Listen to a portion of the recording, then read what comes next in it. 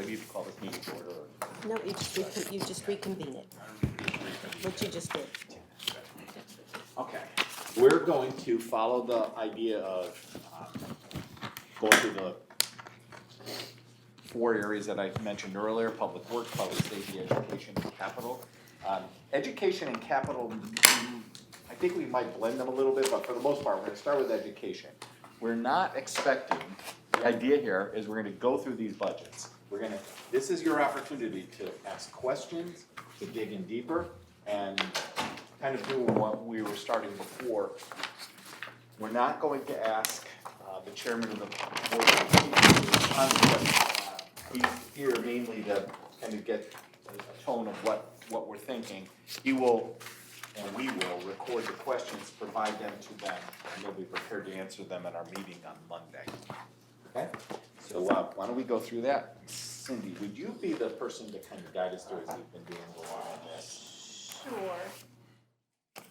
And then also, I want to remind you, you have a copy of the slides. You may want to have those handy because it did give us the bigger picture highlight. The Board of Ed is tab 3.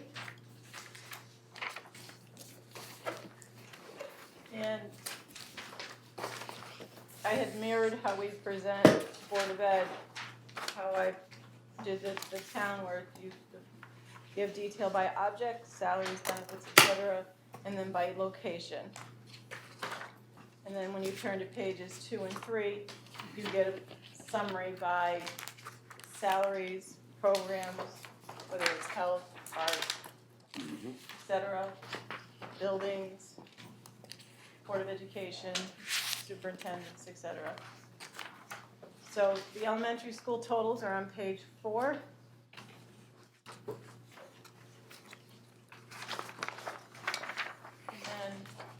So I want to ask them this question before we begin going forward.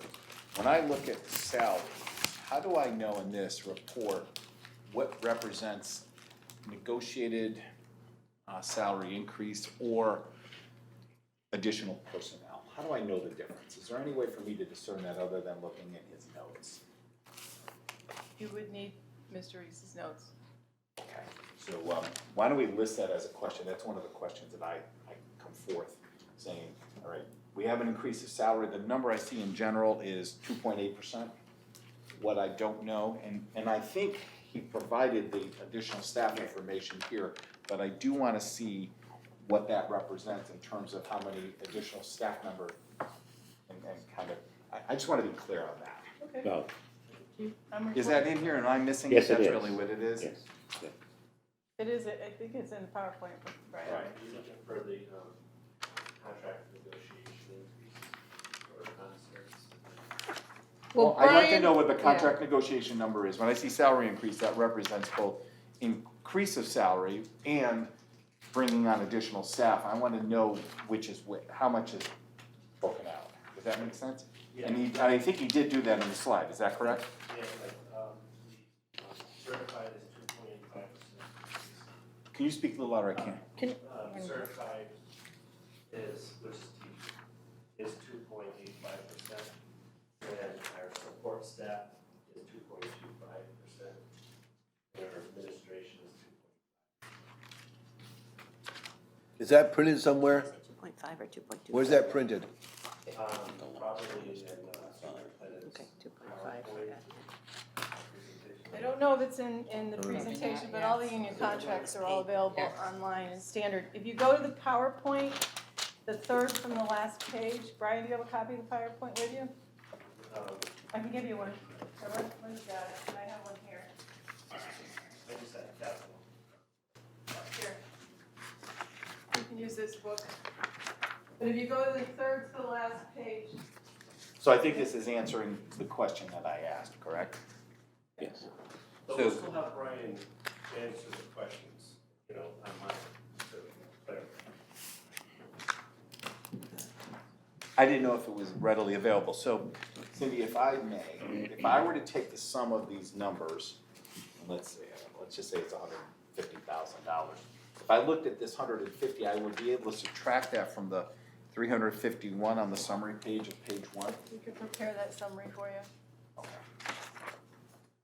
And then I will know how much would be negotiated, Right, how much is versus new staff and new how much staff. And Brian, Mr. Carey, I'm recording all this and I'll email it to both of you today. Well, Brian Reese had mentioned, so it's on the last, almost last slide, is the one special ed para, a 0.2 of advanced placement, and a hall monitor, And and a human resources, which would probably be in the central office, but, so I'm looking at the elementary school. Do you know where those specific, Hall monitor is elementary. I believe special ed okay, is. and the AP is clearly at the high school, yeah. And so at the present time, the elementary school has no hall monitor? We do. Okay, that's, They have one, okay, good. And they're looking to add a second one? yeah. There's So we'll two allow part-timers. Brian to explain that on Monday then. So Okay, we'll talk in alright. detail. But we do want further explanation on the rationale and the placement of these full-time, or these additional staff increases. Next question I have is on the benefit side. So I'm working right off of the first page, which is the summary. But when I look at the benefits, when we're talking about benefits, Cindy, in the book, maybe can you help me define further what the benefits mean? Okay, if you turn to page.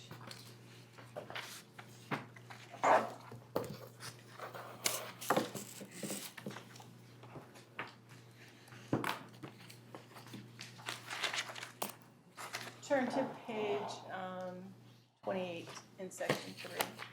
Section 3, you said? Fiscal services.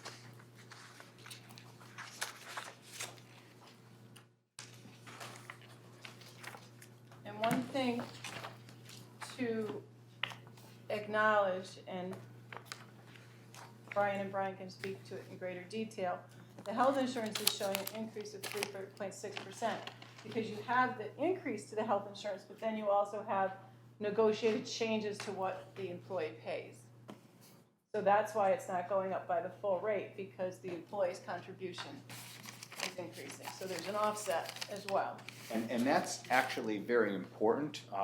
To me, that shows good faith both on the part of the employee participant, the Board of Education trying to negotiate and save money.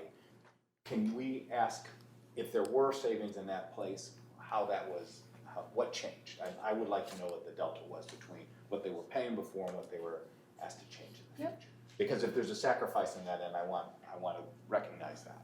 No, we can certainly provide that. All right, so, Mr. Chairman, yes. an additional question for that. I'd like to know how it compares to industry, to the rest of the industry. Are we high, low, in the middle? I think we do very well, and not to jump you through, the town and Board of Ed buy health insurance together. So if you came back to this fringe benefit tab, you would see that in 15-16, we had an 11% increase. In 16-17, we had a 2.8. 17-18, we had a -7. We went down. Can you guide me to that page? Page 53 on tab 2. 53 on tab. Tab 2. Yeah. And then this year, we are at 7.5. Hold on, let's Yeah. make sure we're all there. So we're on the fringe benefit tab, and this We- includes for the entire town, correct? Yeah. Including the Board of Ed. And we do put the insurance out through our insurance broker, out to bid. We did that, What was that? we do put our insurance out to bid. I believe the year you see the -7 is when we put it out to bid last. Yeah, last year, wasn't it last year? I thought that we enjoyed the big cost savings. Right. Last fiscal year. So if you look at the top under statistics, working right to left, you can see like 15-16, we went up 11%, 16-17, 2.8. And then we had a 7% decrease, and then a 7.5% increase. Cindy, you made a comment in your initial presentation saying that you're hearing that the number's coming in around 6%. However, you're thinking it'd be prudent to go with the higher number based on additional For staffing. the town, Mr. Reese will have to make the recommendation for the Board of Education. How many and so, we're not going in this direction too deeply, but were there additional personnel being added at the town level that we did not? I'm aware of a potential change with 2 employees, so I think you might want to best leave it alone. Okay, from the town perspective. But we also want to know the impact on the Board of Ed side as well. In other words, if we have 1, 2, 3 full-time employees here, I'd like to know not only the salary number that's listed, but also the impact to the fringe benefit line.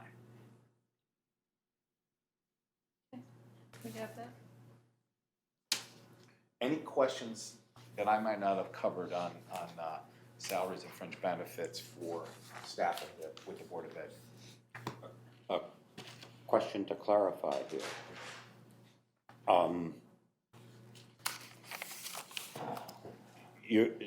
You're suggesting that there are a couple of possible increases in staff on the town side? No, increases in people taking insurance.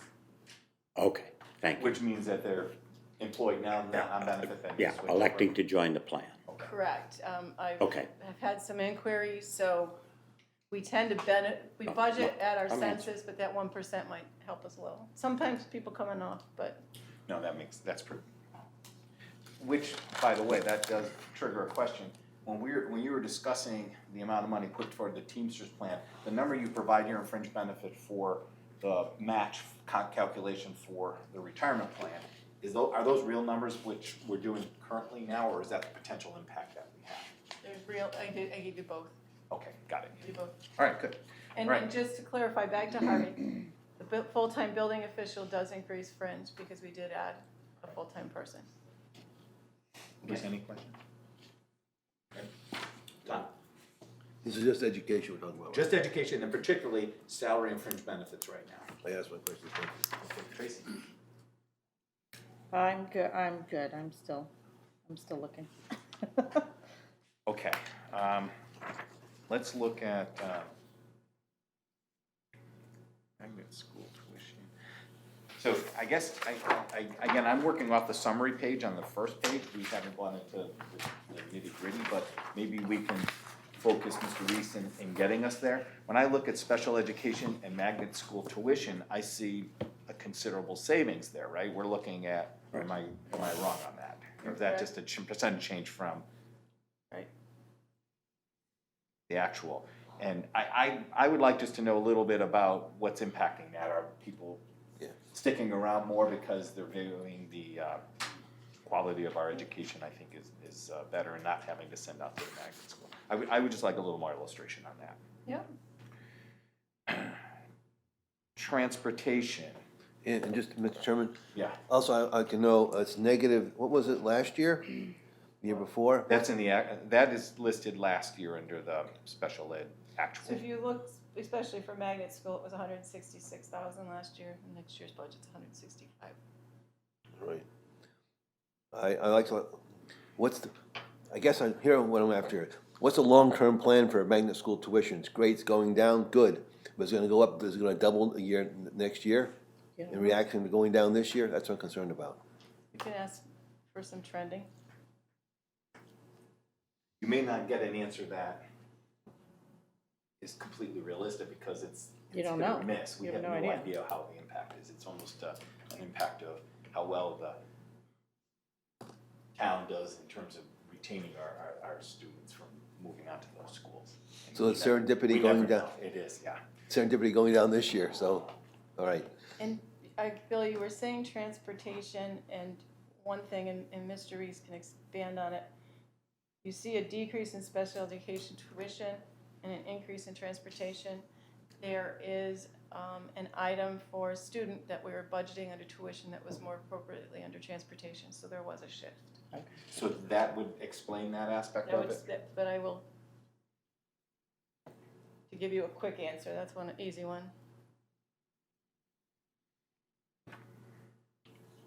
And then we'll ask Mr. Reese to expand more. That was one of the shifts. We really took an eye this year, both on the town and Board of Ed budgets, to make sure we're capturing things accordingly. Isn't So there how special many, ed transportation? can we further elaborate then on the magnet school tuition, what the per student tuition would be? It the varies, but we same? can get it. It depends on the school. Oh, I'm sorry, I think what I was referring to would be the special education. So the special ed option was to say send somebody somewhere else or retain them, and the transportation budget went up as a result of that? I'm a bit We confused. were paying for transportation under tuition. We were budgeting it under tuition for a student. Are you saying that you kind of refined Straightened the it out. accounting of this? Is that what it Right. was? Because if It's not you an look at- additional cost, it's just you moved it from one item to another? Because if you look at this year's year-to-date under special ed, it's 87,000 over budget. Isn't there a special ed transportation line? There is, but transportation all rolls up into one Oh, total. all right, okay. Yep, if you go to that budget, you'll see that increase. Fine, I'm looking. It's on page 52 and 53. You'll see special ed transportation. Oh, wait a minute, I'm in the old budget, sorry. I keep all my multiple copies with my notes. On page 29, and you can see special ed transportation is up 94,000. Oh, it's busted out, okay. So it doesn't have its own line up there, it's in the system line, okay. Okay, any questions on this first summary page, and then maybe we could dig a little deeper with each of the subsets. Tracy? I'm digging. All right, ready to go, Dan? All right, let's move forward then. Let's look into,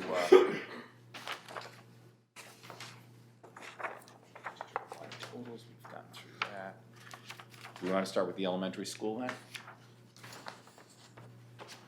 Which is on page, Elementary school starts 4. on page 4, yeah.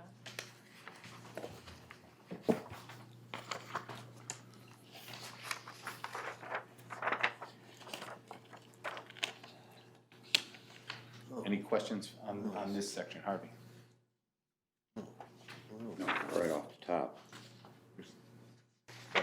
Yeah, I would like Brian to address the need and concept behind $52,000 for hall monitors in an elementary school. Like, coming from my perspective, it seems, I don't understand it. Yeah, okay. I just Must would be like it more- explained. It must be more than one school, because he's got it at 21.5 on the elementary school, so there must be one somewhere else too. No, that's the increase. This slide's talking about the increase, not the Right, total budget. But the percentage change is 21.5.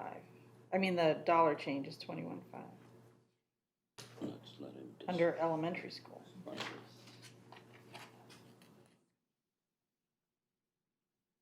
Don't forget, when he puts those totals in, he's factoring the benefits as well. So when he's giving you the total, he's factoring the benefits. Okay. So we can get that detail. No, you're probably right, because it would be, that's why people do it. That's why they do it. Okay, yeah. I can find.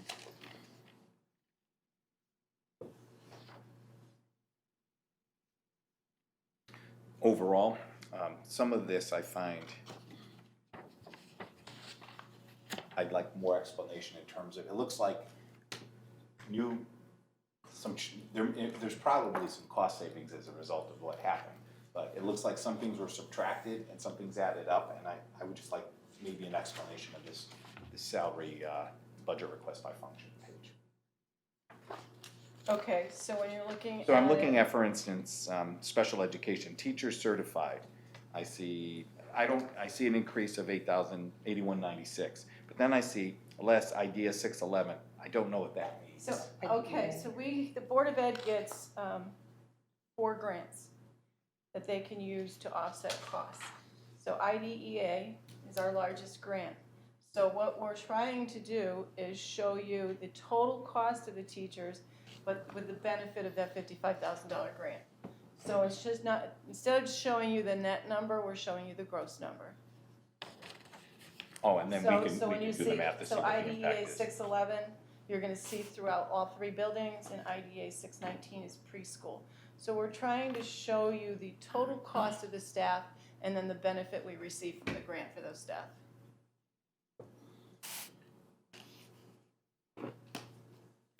And those sums basically are netted out, and so we get the correct values at the bottom.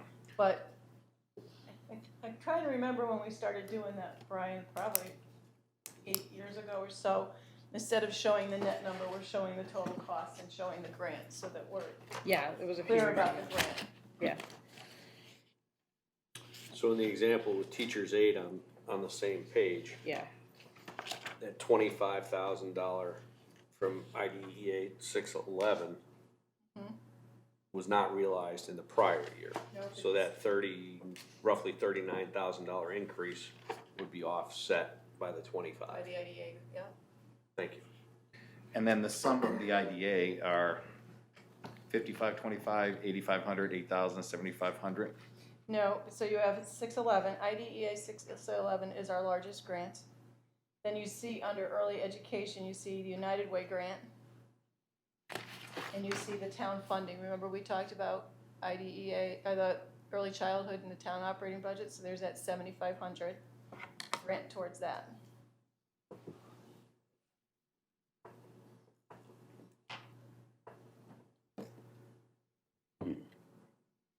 And you will see the grants throughout the budget. There's the IDEA 611 and 619, and there's Title I and Title II.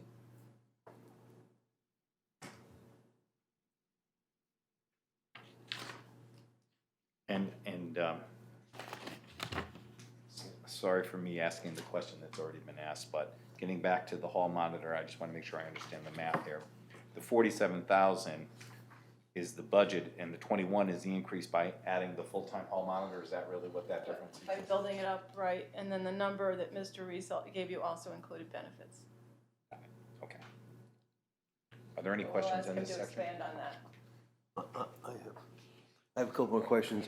I have two questions basically right now.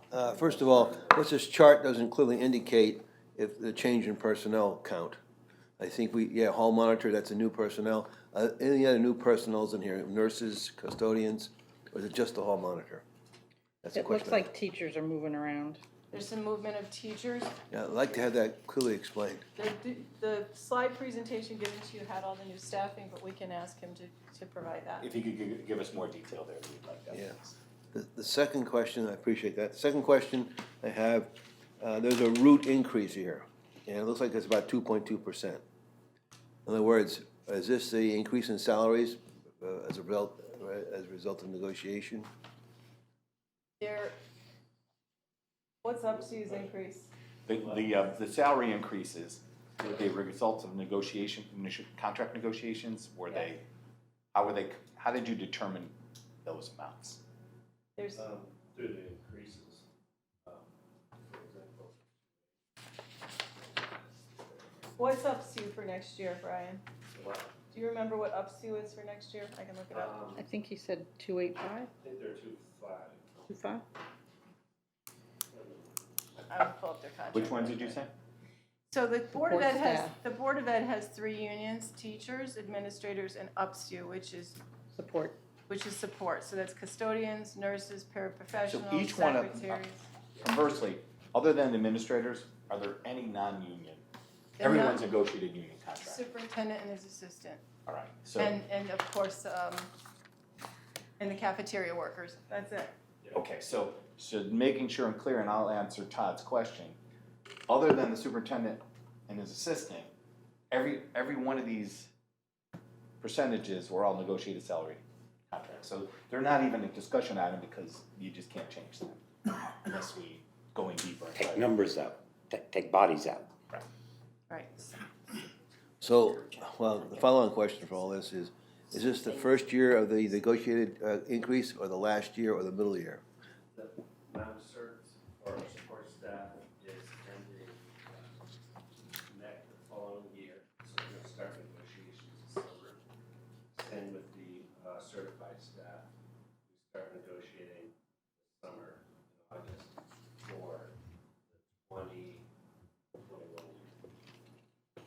So they have one more year after this year in their contracts. And what about the administrative?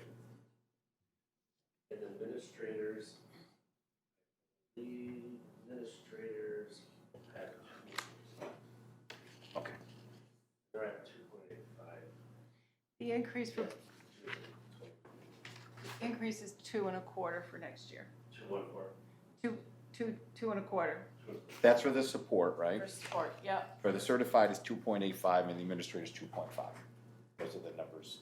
Administrator, yes, certified is 2.85, administrators Great. Could the superintendent provide this in a table? Yeah. It's hard for me to remember all this stuff. Yeah, a table would be clear, real clear. The third question I want to ask is, okay, we see numbers here for Board of Education budget for salaries for these particular positions. Do those numbers include the fringe benefits? Where are you looking? Yeah, under page 5 for the elementary school. Now, fringe is all accounted for in the district-wide budget, So or system-wide budget, I'm sorry. So the numbers here, like the 46,553 for the nurse or nurses, that includes fringe benefits? It does not. It does not. Fringe benefits are all budgeted for Salaries only. in the system-wide budget. So in reality, the elementary school is costing us a lot more than 3 million. Correct. Well, yeah, We don't allocate benefits on the town or the Board of Ed side to the different departments. I mean, technically, it's not salary, so you're not gonna put it in the salary account. But for our planning perspective, there is an allocated amount that we have to anticipate per staff person, right? Every staff person is gonna be a multiple of, it might be 1.15% more than what the salary is listed here. I don't know what the percentage is of the fringe benefits over salary, but it's gonna be a percentage number. We gotta be mindful of that. Yes, that's what I'm And it after. depends what they take for benefits, when you're looking at town or Board of Ed, you know. But we don't budget by department for fringe. Okay. Any more questions, Tom? Thank you very much. Tracy? No, like I said, this looks like there's teachers moving around. I'm just trying to see. So the whole increase is 560. 350 is salaries, 128 is benefits. Transportation. The magnet school special ed, but that's offset. Supplies and materials. I mean, I think we just need an explanation on the salary side, because that's where it is. I would agree.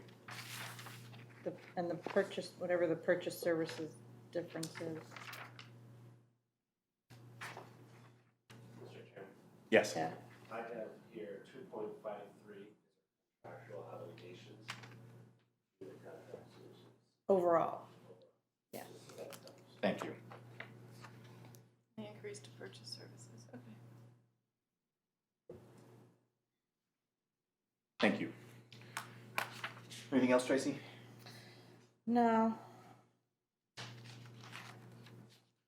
Okay, let's move then from elementary to middle school, please.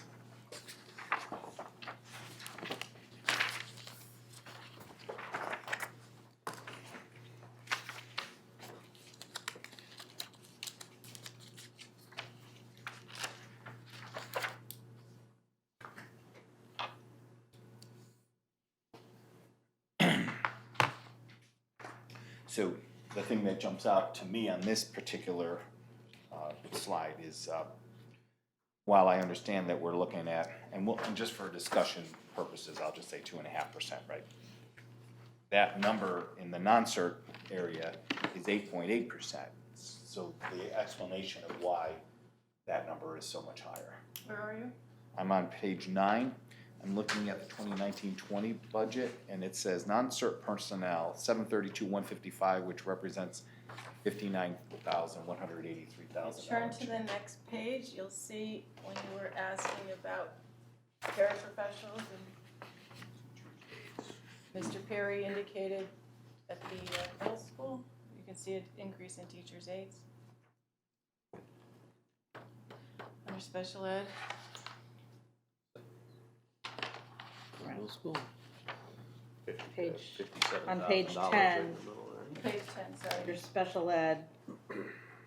Actually, if you look up one, you got regular programs teacher certified is down 62, and you've got teacher certified in special ed up 62, and then you've got another teacher's aide. So it looks like they're flipping a teacher, Actually, or that was an somehow. error that I put a teacher in a wrong category Oh, last year. That was okay. all it is, so that just nets itself out. Okay. I realized it afterwards.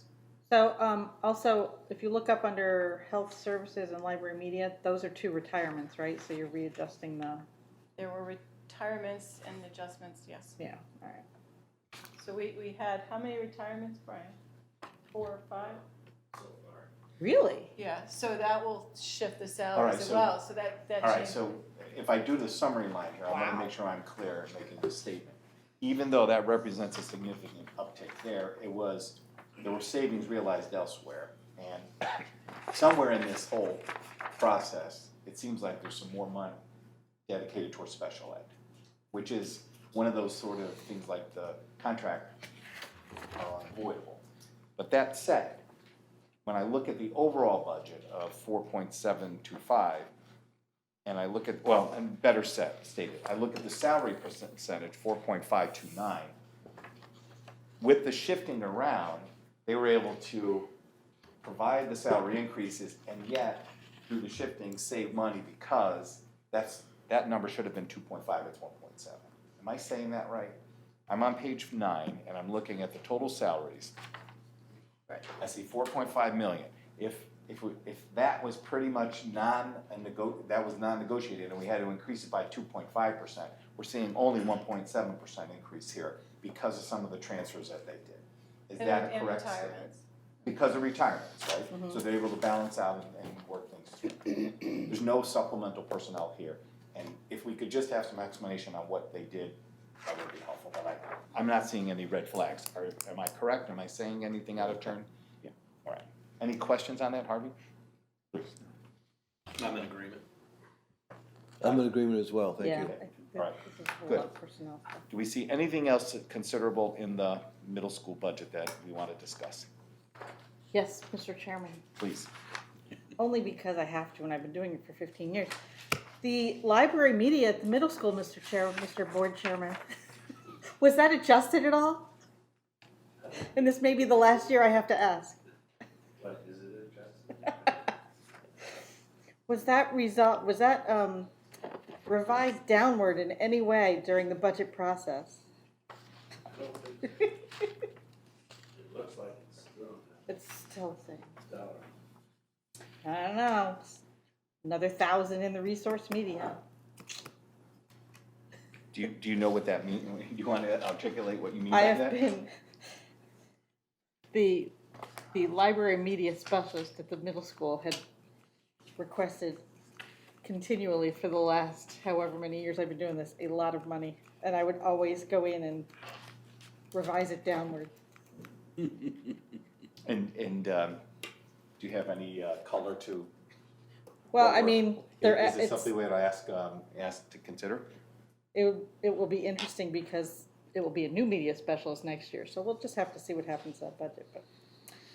But I mean, like, when you look at, although, so 17-18 was 8,800, budget was 8,000. It's probably a good budget. But it's just one of those things I always look at. Anything else? There's not a whole lot else in there.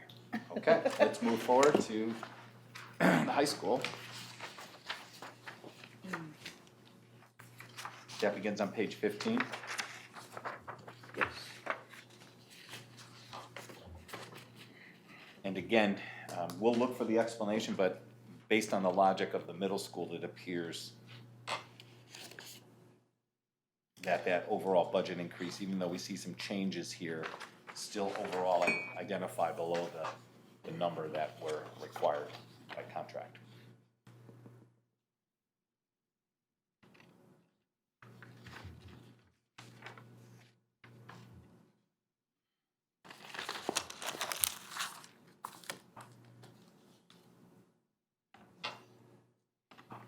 Are there any questions on the high school?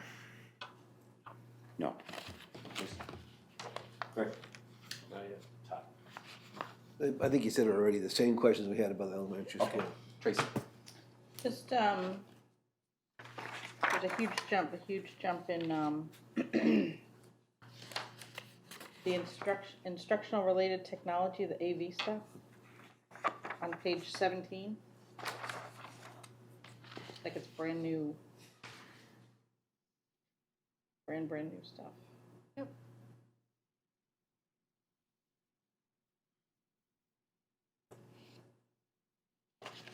Get you there? And then, field trips, under social studies on page 19.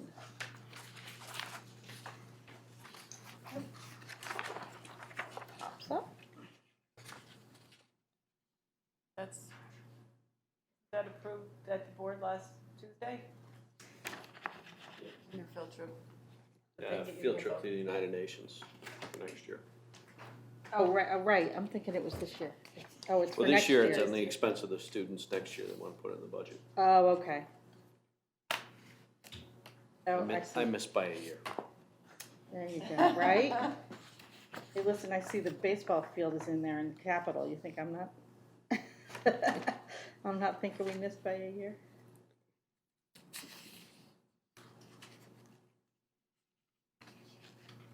Yeah, that's about it. Okay.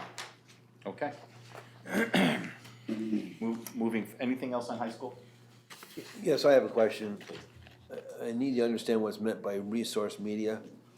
Seems to be a lot of money is spent there every year. So resource media would be,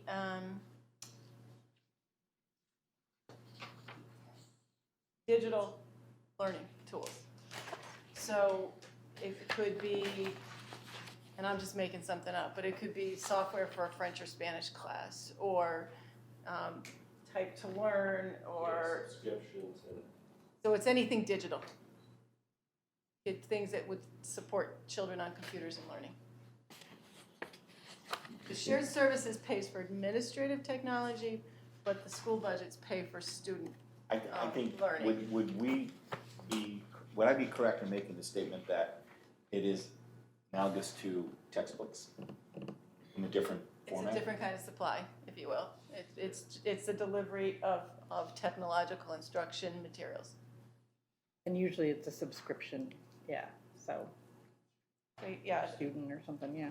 there's all sorts of programs that are used in the classroom.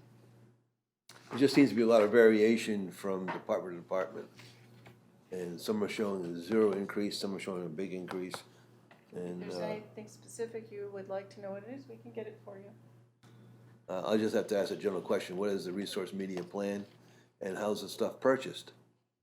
Because these little pieces add up. And what strikes me is the variability as well as the numbers.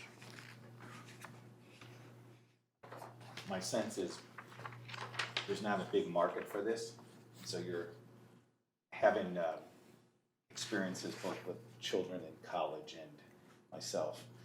You're paying exorbitant fees for a lot of the stuff that you're purchasing under these things, because just like when you buy a textbook in college and you spend $250 to $300 for the book, there's probably something marked up in there. You think? Like buying furniture. Yeah. Right, yeah. Okay, any other things in the, well, we're at special ed actually, or we're all set with high school? Special ed then, any observations, thoughts here? I think special ed in its own right is one of those things that I just wanted just an overview, if you can And provide. just in keeping with talking about grants, if you look at page 23, and I know, I think Mr. Reese spoke to this last Saturday, you'll see the excess cost grant under tuition. So we do get reimbursement when we exceed I believe, of the cost of our pupil. We exceed 4.5%, or 4.5 times our pupil cost in special ed, we get money back from the state. So that's another grant that is used to offset the cost, and we don't net it out.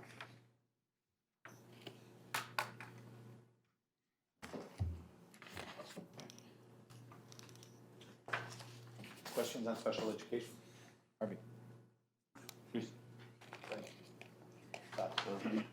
Yes, I'd like to know how our special education budget looks compared to other towns of similar population, student population.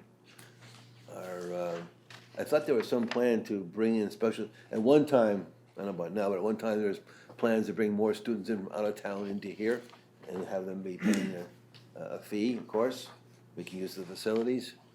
And may I address that question with you? So we've spoken, I'm not sure whether it was here in a board meeting or in one of the subcommittee meetings, but I've spoken with Mr. Reese regarding that matter.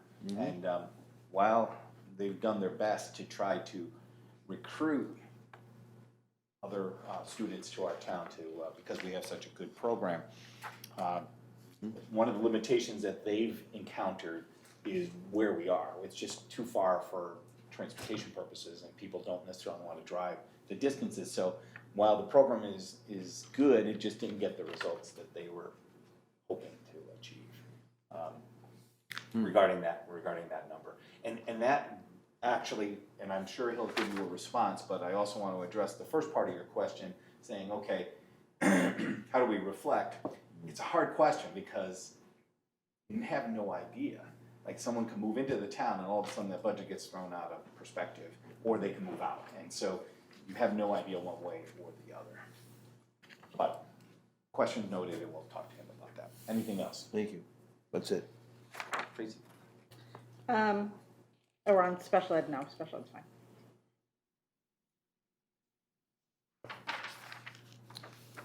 Oh, you said you're fine? Yeah, Okay. special ed's fine, yeah. Sorry. All right, now we're at to do it administrator. We have system-wide budget request by object. How is this report different than the summary I was looking at on the first page? This is a little more detailed than the summary you provided on There's page. more items. There's a lot of stuff. More items. This is, All right, let's take a look at this then.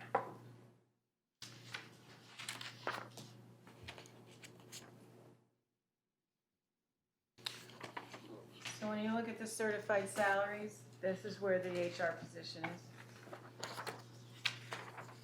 So my question is, that's my next question. I see on here, human resources generalist. Part one of that question, it's going to be a number of questions encompassed in HR. Part one, what specific problems is this person hired to solve? HR generalists could do a number of functions. I just want to know what functions that the superintendent will be delegating to this person. Question two is, did he look at alternatives? And what I mean by alternatives includes not hiring personnel, but using companies that provide HR services on an as-needed basis. There are companies that work in the private sector that I'm completely aware of and will do certain things. They'll write your employee handbook, they'll do a number of HR functions that you request, and they'll do it either on a per incident basis, or you can hire them as a retainer and they provide these services. And they can go the entire gambit. So I just want to know if that course of action had been considered. And the third question is, and this is kind of a relative question, so I'm okay with the fact that he's brought up the idea of this, because as we explained, or you told me earlier on,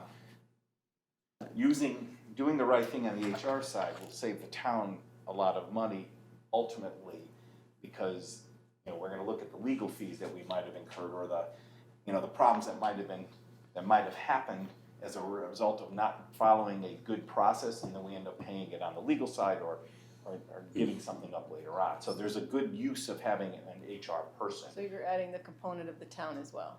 My question is, has he Yeah. considered that within the realm of shared services? Yeah. Because I think we have to approach it in a way that says, okay, there may be a problem, there are ways to solve that problem. We have to look at the alternatives to solve the problem and the lowest cost, and then we have to try to cover as much as we can. So just like in the finance area, the shared services works, it may work in the HR area also. And I know that the Board of Selectmen, or the town side, definitely has the same kind of issues that the Board of Ed experiences within that. And we're a small organization, but we have a lot of people, and you know, other organizations would have HR people to support that. And just when we went to shared services, there was a study done by Bloom Shapiro recommending Right. facilities, finance, technology, and HR. That was recommended in 2012. Part of their report. So I was just gonna say. You've been around too long, Tracy. I know. Okay, so I've kind of prefaced the questions I had regarding the HR, human resources person. I'm gonna now focus around the board. Are there anything that I might not have included that you want to hear or talk about? No, you had those are the two questions with respect to the human resources. I haven't identified anything else. I'd like your questions, your 3 questions. I have 2 more. And this is the question I asked when he made his presentation last week. What is the problem he's trying to fix? And second of all, okay, you got your problem defined. What are the root causes of your problem? And perhaps the problem can be fixed another way. Maybe. But we need to know that. You need to know what the problem is. You need to know what the root causes are. Anything else? That's it. Thank you. Tracy? I'm looking at operation of buildings. The telephone communications line is up by 20,000 and electricity is up by 33. So for telephone, and Brian, we can expand, I don't know if any of you are aware of E-rate. If you look at your phone bill and see the USAF surcharges, you pay it so that money can go to schools and libraries, and they're reducing how much they give you for phone. They're shifting it to other areas. What page, what line? I'm sorry, 28. 28, bottom right. And electricity, back to that 3-year contract, it's at a higher rate.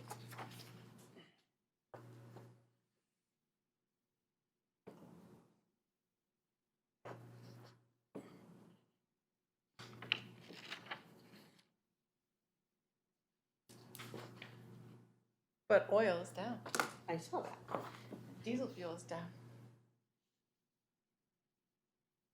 Cindy, and just jumped out at me too, I'm looking up above that under some of the budget, the fringe benefit fiscal services. What would be the rationale for the increased FICA contribution? Is this 21,000, that because they hired more personnel No, because their wages are higher. and the wages are And higher? then, and also though, it does factor in those increased requests for hall monitors and paras as well, so whenever, Got it. so any request for any staffing filters all the way through. Before we move on from electricity, I do want to ask about the item that we voted on a couple of years ago regarding the solar panels. Shag bark. Yeah. How is that working out at this point? Is there any way that, how do we know what that's going on, right? What's going on with that? Good question. I would, If you don't have the answer, that's okay. I think it would be better if we had Ron and Brian here for that question, that's their area. Okay. Yes, please. Special ed transportation Yeah. going up a big hunk. If you recall, when we first started, we indicated we were budgeting something under tuition, that should have been under transportation. Okay, sorry. So it's just a shift. Nope. didn't remember. So it's an accounting increase. It's It's an a- offsetting accounting Yeah, decrease. yes. It's not dollar for dollar though, so, like, the tuition offset isn't the same, No, just, So if perhaps we could find out what, so that brings up a good point. In that number is an increase in special ed transportation, and if we can almost have some idea what that breakout might be, that would be useful. hang on a second. The increase in the shift is 81,823 from tuition. So that number of 94, take out 81, and that's what the difference is in cost. Yep. So 13,000 is the delta then. No, I just didn't remember. All right, anything else on Board of Education that we did not cover or discuss? Yes, Tom. Yes, under page 24, under purchase services. I see communications is up $20,000. that's Telephones, Telephones which again? is just- that's the That's the roll-up. same, yeah. This is the summary total. That's the roll. $20,000. Oh, Was it something that just came right off the phone bill? gee. We don't get as much E-rate. It was a grant that's gone away. It's reduced. Can we get the grant again? E-rate is phasing out phones and moving more to other technology type items. So just a free gift, nothing, no efficiencies there. That was just a windfall. My tree fell down, got a lot of firewood now. Okay, Optimism. $20,000 from the grant? yeah, wow, I'm impressed too. I know. Travel reimbursement, that's up 15%. So when you identify something that you want to discuss, please, for the benefit of the rest, just tell us what page and what item. I'm sorry, Yeah. page 24, oh, you're right, you're absolutely right. Again, I'm still stuck on purchase services. Page 24, purchase services, near the bottom of the list. Travel reimbursement, is mileage. And it's Oh, last rate year, change. last year mileage reimbursement was 15,000, this year's budget is 13,950. who do we reimburse and why? Any employee that uses vehicles both for the town and Board of Education for town or Board of Education business gets reimbursed. But this line is strictly for education. Correct. And the federal reimbursement rate went up 4 cents a mile this year. Is it 57 now? Yeah. A good number, 58 cents. Oh. Still losing money. Okay, right. Now, especially at the time, okay, just a minute here. Electricity, please tell us more about electricity. $33,000 increase over a year. That- 33, wow. That we can do with Brian and Ron present. That's their area. Sure. Okay. That's all I have this, I don't know, I gotta look at this some more. All right, so you could come back to that. Yeah. What I'd like to do is shift gears a little bit. I want to remain with Board of Ed, but I want to talk somewhat about capital within the Board of Ed budget. Do we have time for that now, or do we want to break for lunch and then come back to that afterwards? Lunch is not here yet. Oh, okay. She's saying, keep going, keep going. Capital is tab 5 and Board of And Education. when we're talking about capital, I want to stay specific to the Board of Ed. And Board of Ed starts on page 24.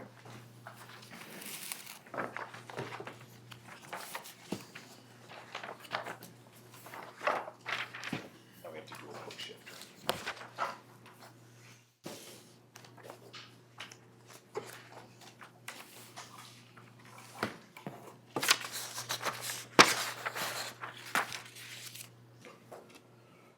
Okay.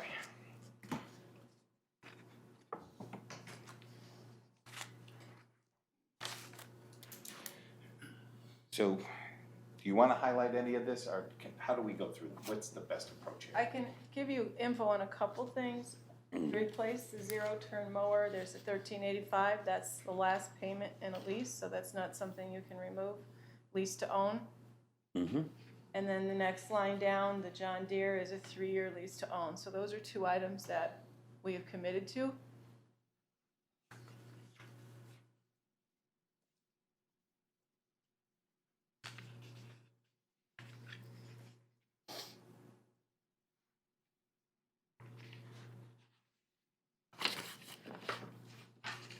So the item under modernization of buildings, that's not this budget, though, that's next year, okay. We'll move forward, we'll just focus on this year. Anything on this page before we move forward? Okay, let's go to page 26 and 27.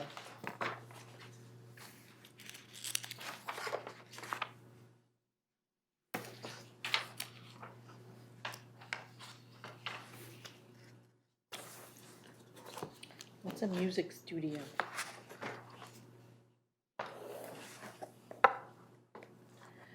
The elementary school.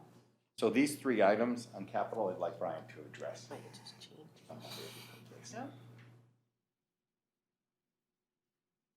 Yeah. Elementary school. I thought we already replaced the fuel tank.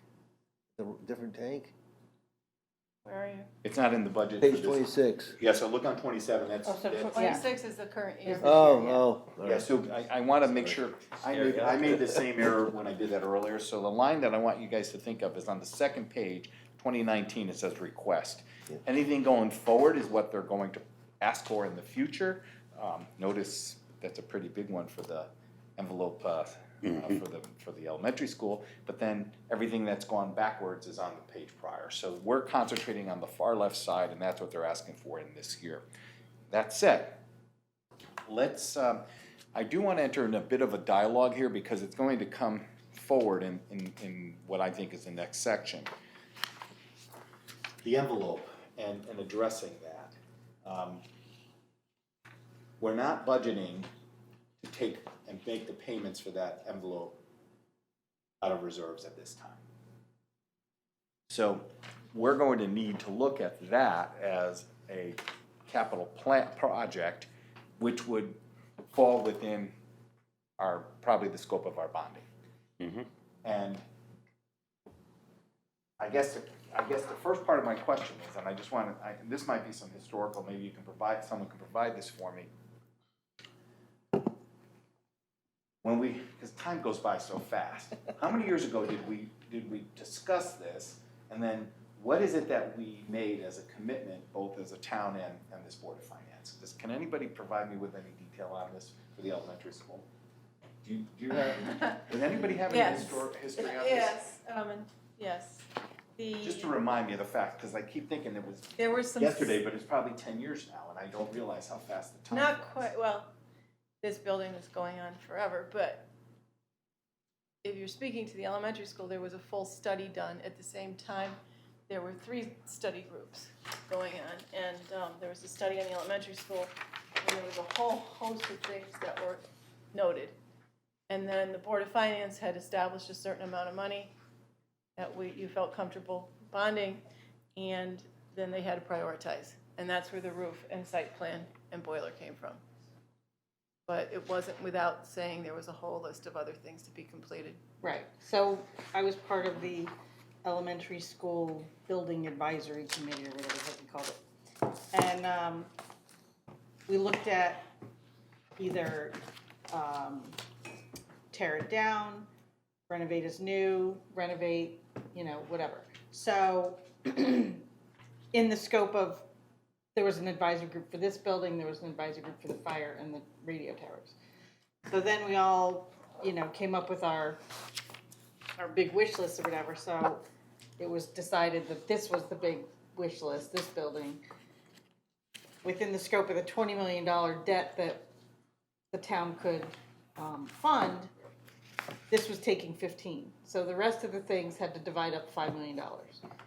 So the elementary school came up with, okay, these are the things that need you know, we need it ASAP, the roof, the boiler, and the parking lot. And that amounted to like 2 point something, although they saved money. So then, I don't know, it was done with the understanding that the envelope was the next thing to do.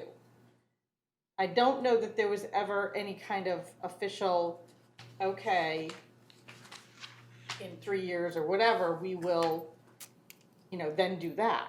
It's just, we fixed what we had to fix with the understanding that going forward, there's another $2 million that had to be, you know, put aside or put towards that building to fix some very serious problems with the windows, doors, and All right, so we're Exterior. talking specifically, and he highlighted that on the screen. Let's talk about the envelope real quickly. I'll have him do that, but I just want to touch on that real Yeah. quickly. So what we're talking about here are windows. What were the other pieces? windows, doors, and the exterior. Masonry cleanup. All right. And that, the evaluation was done in 2012, so it is a long time ago. Yeah. All right. I'm bringing this point because I think it has an impact on what we do as a finance board. Tearing down the school is not the option. I think that's already been determined based on the study, okay? So tearing it down is not the option. We put money into it to repair it, but this is the next level repair, and it's necessary, right? I mean, it's going to be, it's not just a convenience, it's necessary in order to maintain the building, correct? Yeah. Am I If we're gonna speaking keep out of using turn? it, If you we're gonna gotta keep do it. using it, we have to do this. So we have to fund to do it. I guess the question is, when is really the bigger question. Now, they're asking to do it more sooner than later, and I can respect that. And we don't have the reserves put aside for this specific project. So we're gonna need to go and bond it Well, at present, correct? yeah, but yes. But am I totally off base thinking that if you're going to replace the windows, doors, and repoint the masonry of a school building, the state kicks in some reimbursement? It is, yeah, Correct. In the slide, yeah. it says Close about, to 600,000. yeah, Right, so we don't need to worry about bonding $1.7 million, we need to, Bond about 1.2. right. But you do have to approve the 1.7. right, yeah, but the long-term financial impact is, So that stated, and Cindy, you're working with Bill right now. Do we look at trying to move, I guess the question we want to ask, and I'm talking about Bill Lindsay, our municipal advisor. My question is, can he absorb this into the analysis that he's about to do? He's doing that now. So the numbers that he'll provide will help us have a better understanding of whether we can bond this particular project without any impact. And on the just- rate. Just for your information too, the fact that we go back to there's a $5.4 million ban. If you were to move forward with additional bonding items, it can be rolled into that ban and when we bond, because when we bond, it costs about $100,000. So if we can then blend it and save bonding a second time, that'll be helpful as well.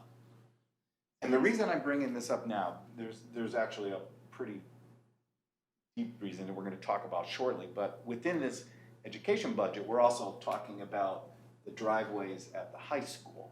And they're looking for cash money out of that from reserves today. And if we're committing to this number now, I'm wondering, and I want to bring this as a discussion point, do we pull that, I think it's $300,000? A couple hundred at least, yeah. For the driveway? Yeah. 225. Do we pull that into this equation? If we're committing to doing this envelope soon, do we say, okay, we can delay it for a year or so? Is the high school, and I guess that will be a question we have to ask Mr. Reese, is can we just wait long enough in order to kind of package it all together? And then can we put this together as one big package for the bonding purposes? And then not have to jack the factoring numbers? into the long-term plan at the right point. Right. Given On the one. interest rates that we have now and whatnot. Right. So we're not saying that we don't need to do the high school project, but maybe we'll delay that and maybe package it together with the envelope and take that portion seriously in terms of the capital development. I'd like to hear some input on that. Harvey? Yeah, I think you've outlined the research we need to do. Okay. Any thoughts? Are you also with me on that? Yeah, so you're looking for a multi-year execution of the work, but going for one bond to pay the multi-year execution. I'm looking for the work to happen, instead of multi-year, I'm just, whatever it takes to do the work. I'd like the work to be done as soon as they can do it Right. and pay for it through a bond offer. But take some of the work that they're putting into this year's budget and wrap it all together. Okay, I like the one package idea. The concern I have is state reimbursement. It is something this year. What's it gonna be next year? It- 0? It changes from year to year. I guess I'd rather do it sooner than later because I'm nervous about what the state's gonna Yeah, I think we're all in agreement with, and I think that's another reason why we do it sooner than later. So the Board of Education wants this project done sooner. We've committed to it. I'm of the mind that if you let maintenance or you let things go longer and longer, it just costs you money down the road. And if we've already committed to it, let's just try to figure out how to get it done. Yeah. do. That's correct. Absolutely agree, yeah. Right. So with that said, we're gonna address that question also on Monday, and we wanna find out specifically, we're gonna go to the next page, are there any capital projects in this budget for next year that can be enveloped into this overall program that we're looking at? What are you looking at? So the one that jumped out to me was the 225 for the repaving on page 31. Large items in the year after that as well. Irrigation and track. Field irrigation at the middle school as well, another $500,000 on page 29. If you're looking at those 2021 expenses and Right. or potential items from a bonding perspective, those would all want to be considered at the same time.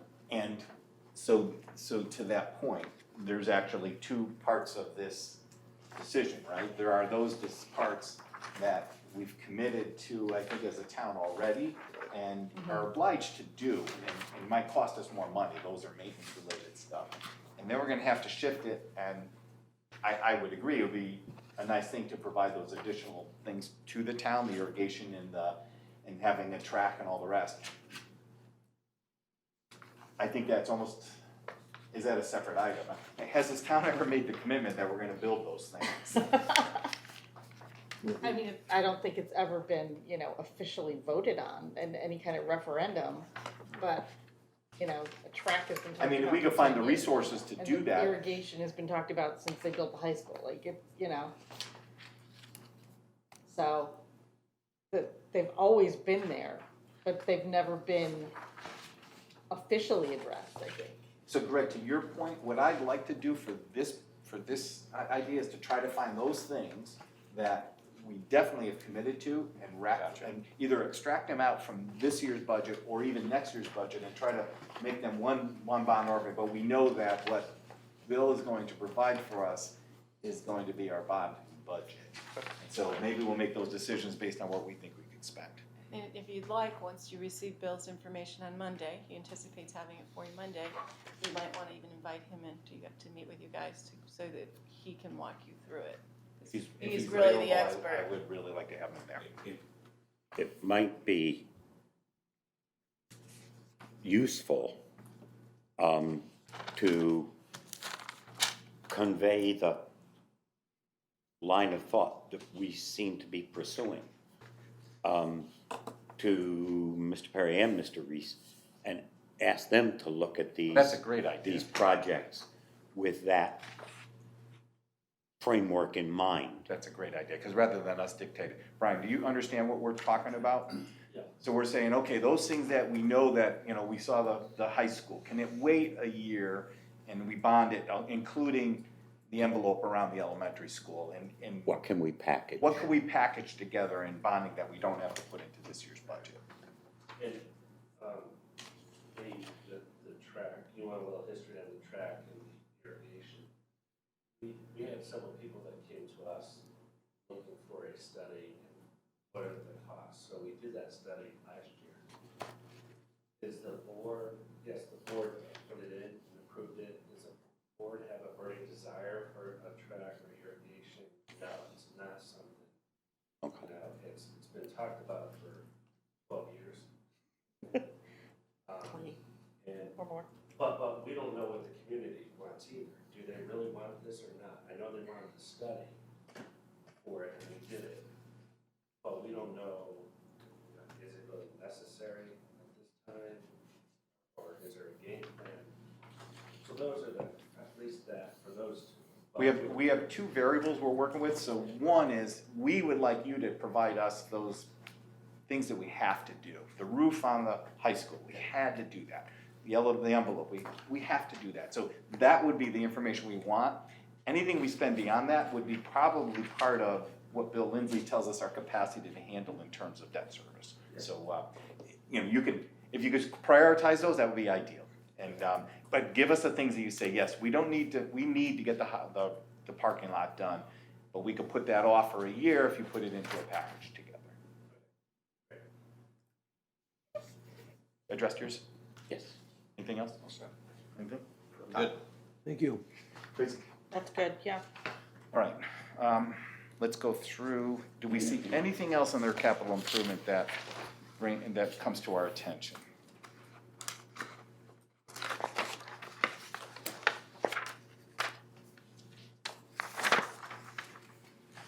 I don't know a lot about the facilities. I do want to just have a discussion around things like redo the high school baseball field. I have no idea whether that's critical or not. And, I would, if Brian could address that, I'd appreciate it. Yes.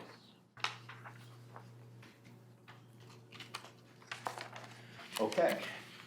How are we doing on lunch? It's here. All right, so we've made it through the Board of Education. How's that?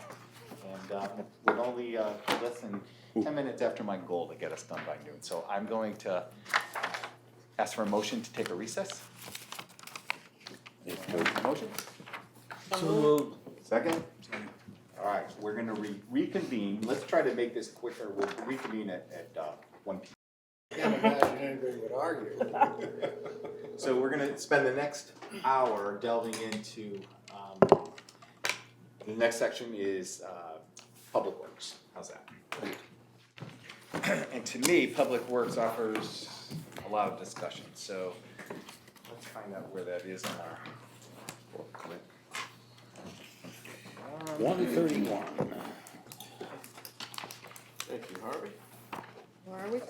Page 131, section 2, page 131.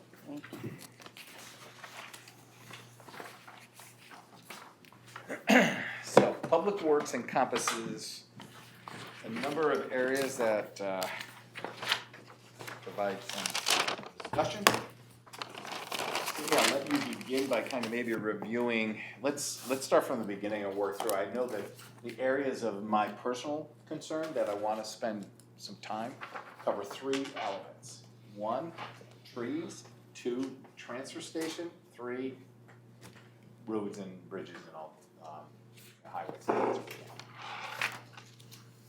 Okay, so what page, you're on page 131? We just began there, yep, right at the beginning. Again, the areas you highlighted.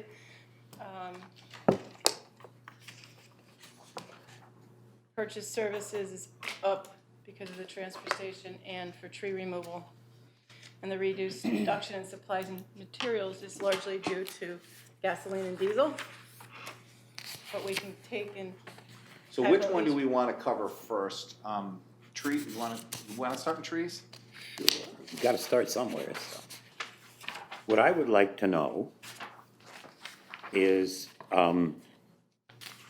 so to speak, from the horse's mouth, what the plan is for trees. Where's the staffing coming from? Where's the equipment coming from? How much progress would we expect to make in a 12-month period? So let me take what you said and add to that if I may. Our question about really is going on with trees, She received a budget of $150,000 through the Board of Selectmen.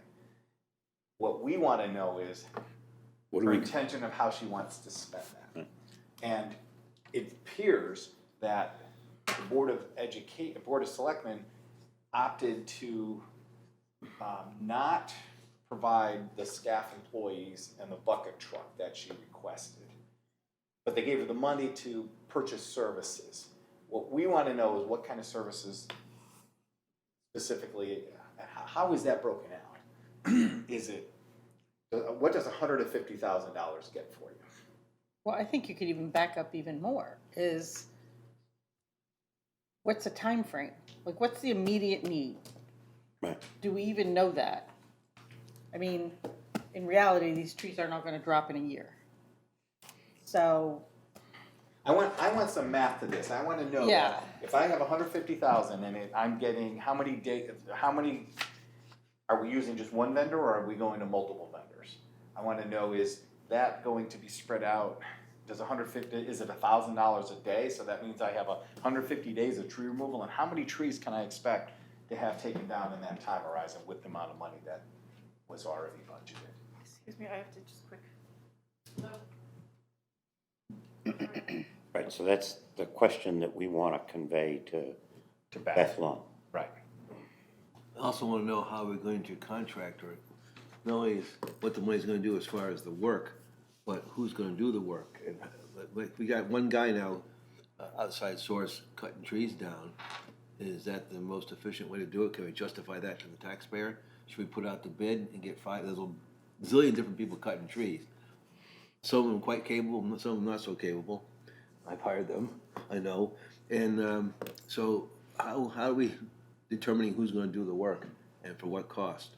I'd like to know that too. All right, so Cindy, I think she had an emergency call or some personal call that was Yeah. necessary. So let's take a brief recess if we can, please, while we wait for her, because she's gonna be recording on everything. That's that we have fine. and answering our questions. I don't know, motion to take a brief recess. So moved. All right. All right, I guess it was brief. let's brief. Is everything okay? Yes. We're taking a brief recess, so you can gather My something. apologies, my husband got called into work and everything he was going to do. No worries. not getting to. It's okay. is coming to me. Okay, so I have some of your questions. So we'll reconvene. And so our question really is, did you write all the specifics on your pad? I think so. Please Ed, restate. correct me when needed. So on the subject of the trees, the questions that we have are, what is the plan to spend the $150,000 that was requested? What's the need that needs to be met in 2019, 2020? And what is or was the process for selecting a contractor, and I guess in effect, are we sure that we're getting the best deal that we can We put with trees that out to particular? bid. We do put trees removal out to bid. Okay, that answers part of the question. $180 an hour? 180 per hour, 2 men in a truck. How many, do we have any statistics on how many trees we get for the budget that we have expended? Depends on the trees. There's $3,000 trees and there's $700 trees. Do we have an idea how many of those we have? Best estimate, and I've been refraining because I don't want to Yeah. get into what she's going to be saying. 1,400 to 1,500 trees. That's a guess. And you know what? When they leaf out this spring, we may be in for one god-awful surprise. That's when we're going to start to know again. Based on what we saw last summer, 1,400 to 1,500. And they Okay, also so- are deteriorating a whole lot faster than you might normally anticipate. Oaks usually stand 4 or 5 years without too much trouble. Ashes start coming down pretty quick. If you drive down the road and you go slowly, you look into the woods, you'll see mottled, splotchy, how skin will get that red blotch to it. You'll see trees with a gray, with brown, light brown blotches on them. Every one you see like that is an ash, and it's doomed. It will die. Now, I want to add one further question also to her too, just to prepare her. I want to know what our neighbors are doing. I want to know specifically what, that's around. We all have the same problem, so I'm looking for best ideas. I just want some update on, okay, East Hampton's doing this, Portland's doing that, whatever she can give us in terms of information. And a rough idea of what their budget amount is. State is permitting LoCIP money to be used for it. That's brand new. Although some towns were already doing that, Coventry was. They're dealing with it as fast as they can. I mean, and the state is looking at additional aid. What else might be possible? And how do we funnel that to the towns? State recognizes this is a big problem. This goes from Ohio all the way to the East Coast, down, and all the way up to Canada. And everybody's got the same problem. And so and then that kind of, from a perspective, I want to make sure that we get the trees down, but at the same time, as this moving event is occurring, and suddenly it becomes realized that at the federal level, this is the national emergency, they're going to provide funding to all the FEMA comes into it, and right. somebody's there. So maybe there's money coming down the road that we may forego because we spent it all getting the job done now. There is some effort being made, talking to FEMA, it's not getting much response, but that may change. So Once we want to have have a- an in-depth discussion. Yeah. Any more concept on trees? I don't think so. Not, I have one question. So we have a contract now with a company. And where can we find trees in this budget book, please? 146. Okay, we have a contract now. How long is that contract good for? Linda, do you know how long the Island contract? Off the top of my head, it's not, and it's more we went out with pricing. It wasn't that we signed a particular contract, because it's like, it just was to get a pricing model. Right. What it was more for, rather than sign a contract with the company.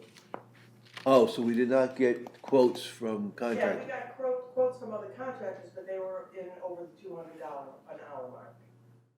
So we worked with Island at $180 an hour. He was our tree guy even before. Well, was So it, as we work with him, is he able to handle additional capacity? Yeah, that's a depth question. so my question is, okay, one guy said $200 an hour, another guy said 180. Did they also give us speed as which they can cut trees? Because the guy said $200 could maybe do twice as many trees. They did not. It was still from one bucket and operation. I think we should take a look at that again. So yeah, that's all depth questions. Yeah, well, that's my question. I think it goes the other way. If I'm getting paid $200 an hour, I'm gonna take my damn time. There's a lot of competition in the logging business right now. I know that. Any more questions on trees? That's all I have. Tracy? I think that's it. All right. Transfer station? What page is that? Go back to the back on budget, 142, 143.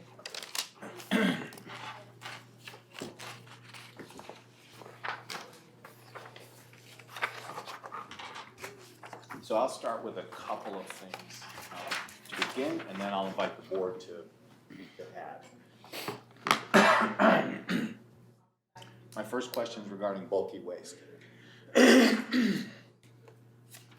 understand that based on the reorganization of the transfer station, the driveways and whatnot, there's a better way to control people coming in and out of there, and they're starting to issue stickers now. The question I have on the bulky waste really is all about, one, there seems to be a gap between what we're paying for to remove the bulky waste and what we're getting paid for that bulky waste. Now, there's doing a little preliminary research on this. I've heard that there's two possible causes. One is that we may not be getting everybody that's going through.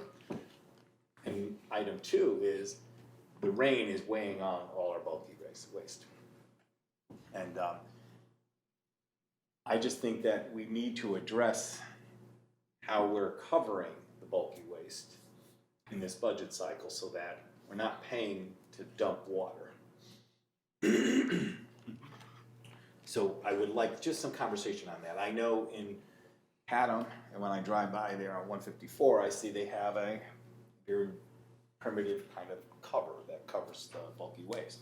Has that ever been discussed? I want to know if it hasn't, would they should consider that, and what would the possible cost be? We look, as I understand it, and once again Beth does it, we're looking at grants. That's a very, very expensive item. It would be costly to do. And the state apparently does some grants every year. I know we're looking at those grants. When you say it's expensive, I'm curious about how expensive? I haven't got a particular figure. It's well within the hundreds of thousands of dollars, as I understand it. And I'm very curious about that water phenomena too. And I've been trying to come up with an angle for how do we understand that. It hit me that we had a terrific drought for 3 years. And I've got numbers going back to 17, but the drought ended in 17, June of 17.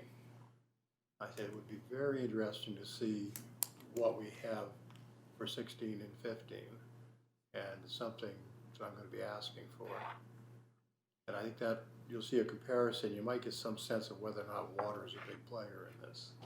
And if it's not a player, because we're trying to eliminate, in my view, one of the issues that could be a cost item. The other one is not charging for the bulky waste.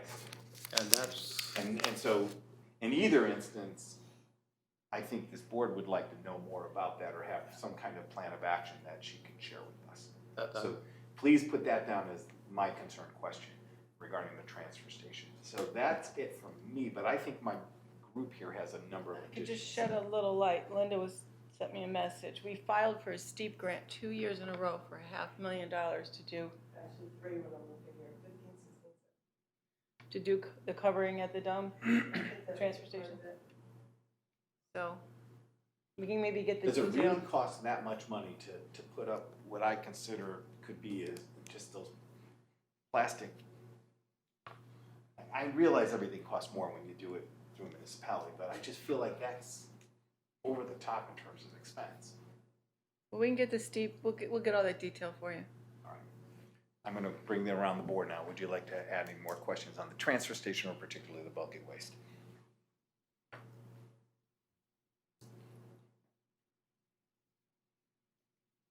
Oh, I don't think I've got anything better and different than you just articulated. Yeah, I just want to understand that this budget was put together under the current operating and cost structure fees, not with any of the proposed or items that have been talked about put in play, correct? So this budget is as we're operating today. As we're operating today. Okay. I'd want to know any anticipated variances. Yes, exactly. Thank you. Right, so it doesn't have the bag fee or any of that stuff, right? Nothing of that built into it. Okay. And as a result, that's why we're looking at a $100,000 increase in the removal. Well, the removal. Right, so that's what we would anticipate fluctuating, because right here, we're evaluating expenses on these pages, not the I don't wanna revenue, so. throw stones the at wild anybody, card. but when the committee looked at it, they were saying, well, what does it cost for transfer right now? It was $105,000. Oh, well, we can save that if we do it ourselves. And we had drivers who volunteered to do it. They needed to have done that, and we went to mediation, and it was not successful. But you look at it, it's still going to cost us the cost of the truck, gas, fuel, a driver, time. And it isn't that we're just going to save the $105,000, which was kind of the assumption was made back then, and you looked at it, and at the time I said, some screwy here. And the more I looked at it, the more I realized that you don't just save all that money, you have to spend money somewhere else. And the real savings, had the drivers come in, would have been there, not nearly as substantial as they thought.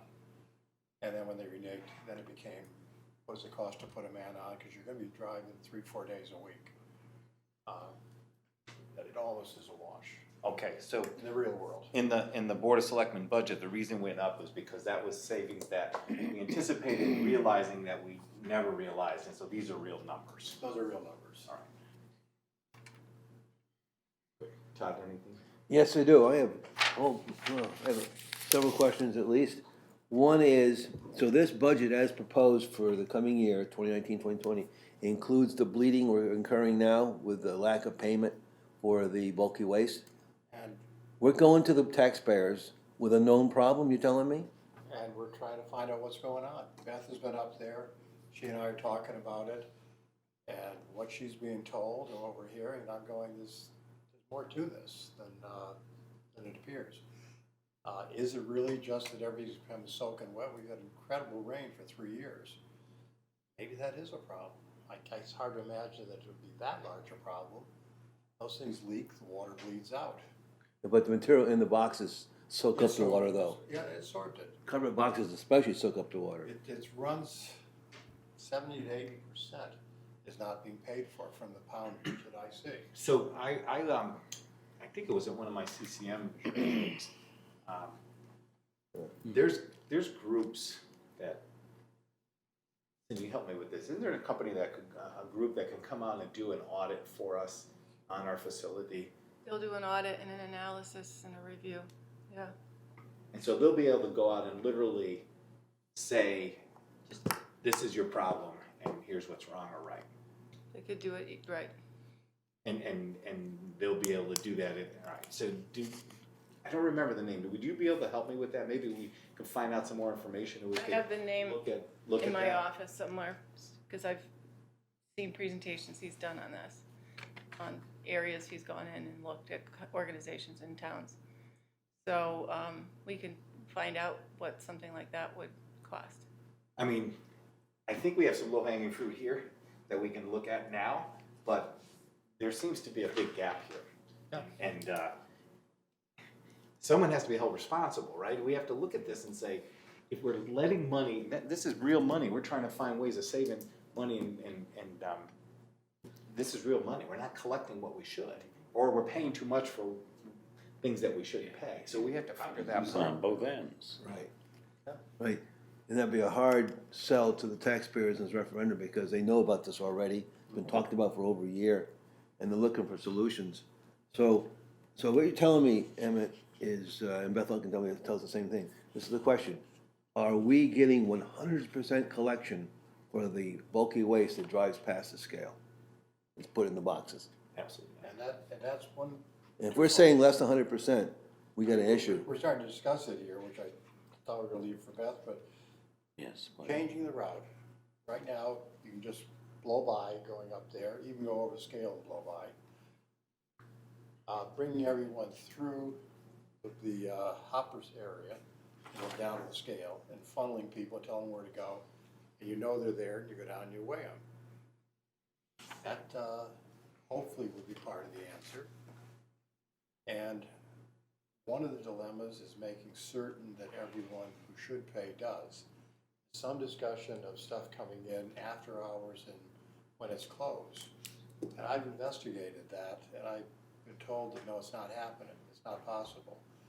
I'm not 100% convinced yet of who might have access to that in off hours. And so that's one of the things I think needs to be looked into. I'd just like to pass the urgency on to Beth Lund. She understands this. We'll be able to speak to her when she Yeah. comes out. She's coming Wednesday, She's the correct? one really that needs to. She'll be coming to address address it, so we'll be able to Thursday. address it personally. The second, Wednesday Board of Selectmen, right? I'm sorry, Thursday. Yeah. And for what it's worth, only within the past 2 weeks have I actually got the sheets of numbers. I've sat there, computed, and I've been dumbfounded, because I had no idea it was that bad. I knew it wasn't 100%. It's only 20%, based upon what the committee produced. Well, their report shows we're only collecting 20% of the money. The rest is a free ride. So that's why, and the public knows it, the taxpayers know it, so we gotta get it fixed. If we can't get it fixed by referendum time, we better have a solid plan, I'm gonna tell that to Beth on too. Okay, The second so- thing I wanna say, I'm trying to take too much time. May I interrupt? I'll let you continue. I just wanna kind of bridge off of your thought. Is there any way for us to quantify this? Let's say, and this might be something I'd like Beth to consider. Let's say we put in whatever improvements are necessary to correct the bulky waste issue. Can we see an immediate payback on that in this budget cycle? Depending on what it is.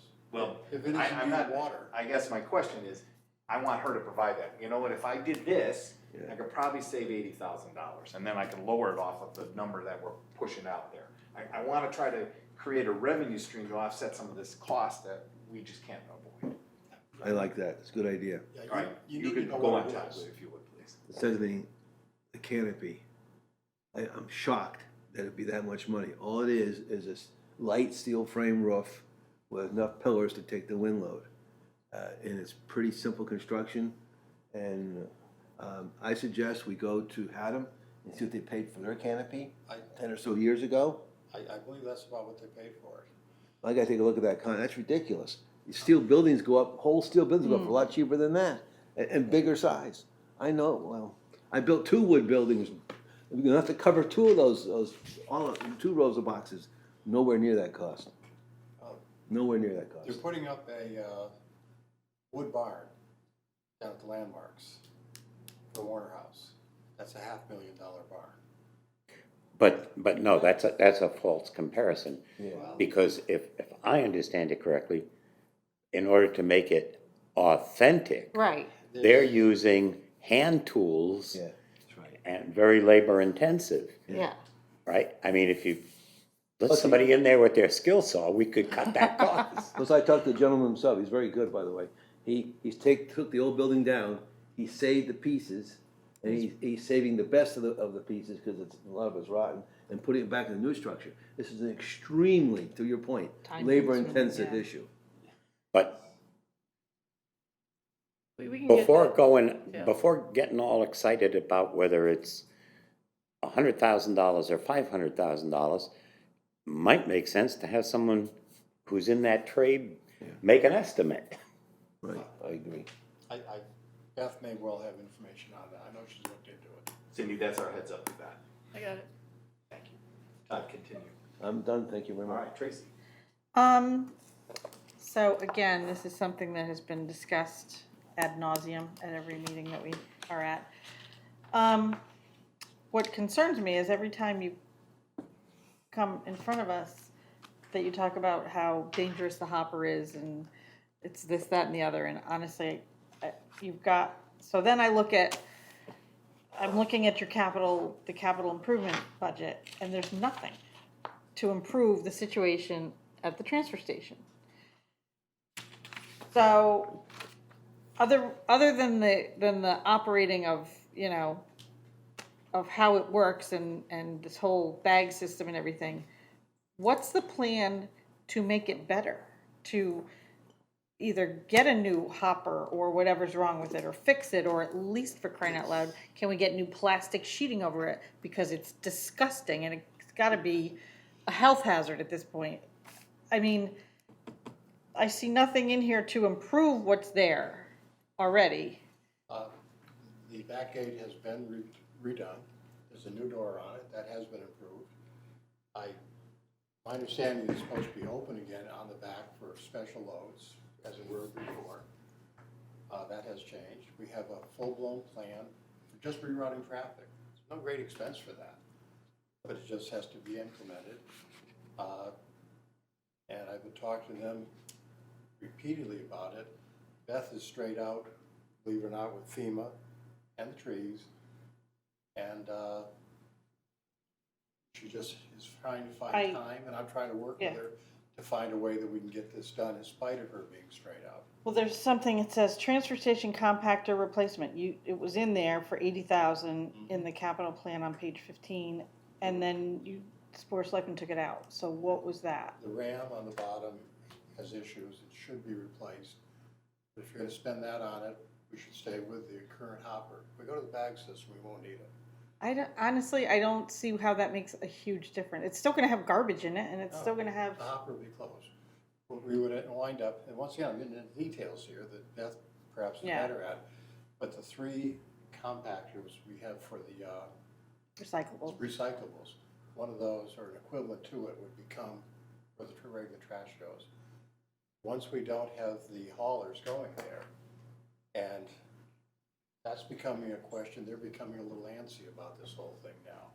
I'm gonna have them in on Tuesday for several hours talking, going through the whole program.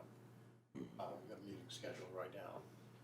So in essence, the Just future of taking this forever. location will be a true transfer station. We won't be taking it'll be basically putting bags into this place, and the bags are either gonna be rubbish or recyclables or bulky waste. And then those 3 items will just get moved somewhere else. And those will only be, I'm saying this because I That's wanna the make goal. sure we're clear, those will only be from the residents. No longer will any of that be from commercial haulers or people with less. Even there, it's always from residents. There is nothing coming from out of town right now. But nothing through the commercial haulers. We'll eliminate that. Haulers, as has been understood and as they volunteered and agreed to. As I say, they're becoming antsy about it. One of the problems that's happening, Mira up in Hartford, and once again, I'm getting into details, that I was down for quite some time. They're back up operational again, but it's marginal. And they're saying, well, where are we gonna take our stuff? Who will accept this? Because they were gonna be left to their own devices to find a tipping site. And so they're beginning to question whether or not a tipping site would be available to them. One of their questions is, can they piggyback on our contract with Willimantic and get a guaranteed ability to tip at their own expense? But just know there's a place to tip. Right. So there's questions like that. And then what's going on with China, with the recyclables? The bottom line is, Changing that's the everything. vision of what you have for that facility down the road. So it's really predicated, and it sounds to me not unlike what we're learning about what we talked about with the libraries, where we can't invest in the East Haddam Free Public Library and make it ADA accessible until we accept the building, all right? There's gonna be a couple steps, so we can't do any of these things until we have this plan in effect. And I think one of the things that we may be concerned talking about is a hard stop. When is it How do we gonna do come? this? How do we get it done? Yeah. Yeah. That's gonna be a question that we would like to Eventually- know. Eventually with the haulers, because in our ordinance, they have permission to dump there, by ordinance. That At a ordinance has fee to that's, change. that's No, in no, the ordinance though, or?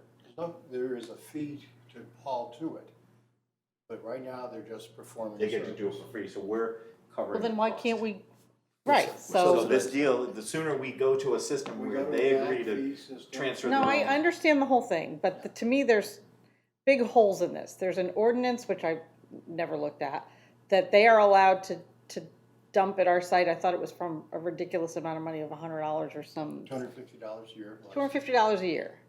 That is insane. Why? Because there's, how much is it gonna cost them to go somewhere else? No, no. And that's why they're No, no, freaking no. out. Begging your pardon. In the town of East Haddam, every resident has the right to bring their waste to our transfer station for free. The haulers perform the service for people of bringing it to the transfer station. But they're entitled, the owner of that trash is entitled to place it in our transfer station for free. Right, if they bring it for free, that's fine. No, no. They're entitled to And- bring and- it for free. We have by ordinance permitted the haulers to perform that service for them. If we start charging for bags, well, now there's a fee for the bags, and you can require the bags on the trucks, and that fee comes back to us. But it has to be a level playing field. Well, clearly The it's bag is not. sort of in that view, the bag is the way around preventing them from doing that. Because if they do stuff without a bag and you But don't have a now, bag.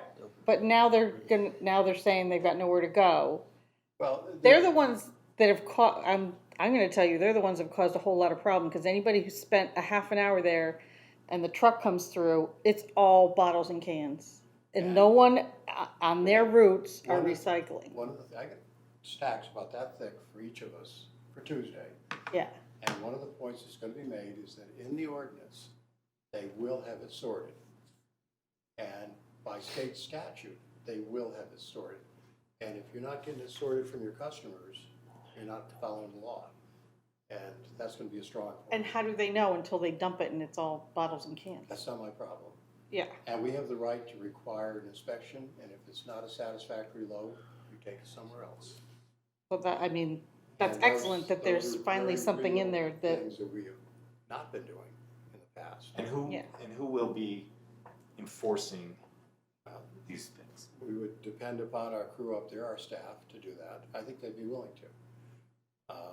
And it's troubled me when they dump, you can listen, and you hear the tin cans oh and my the God, bottles it's going in. insane. And, wait a minute, guys, that's not right.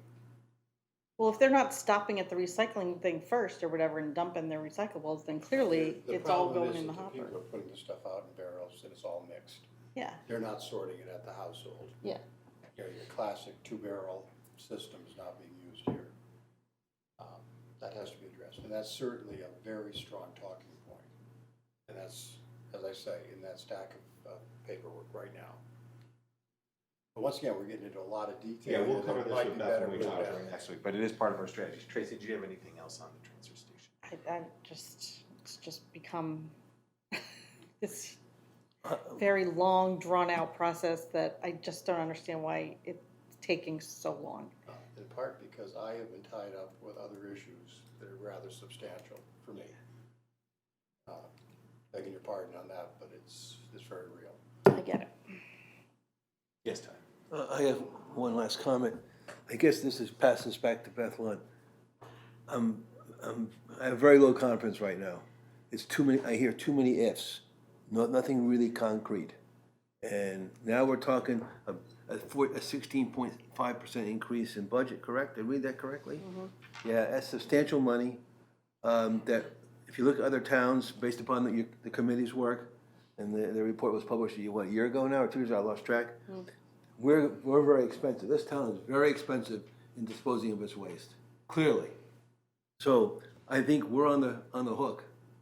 Beth Lunt, Board of Selectmen, and the Board of Finance to get a solution to this. And I think we should.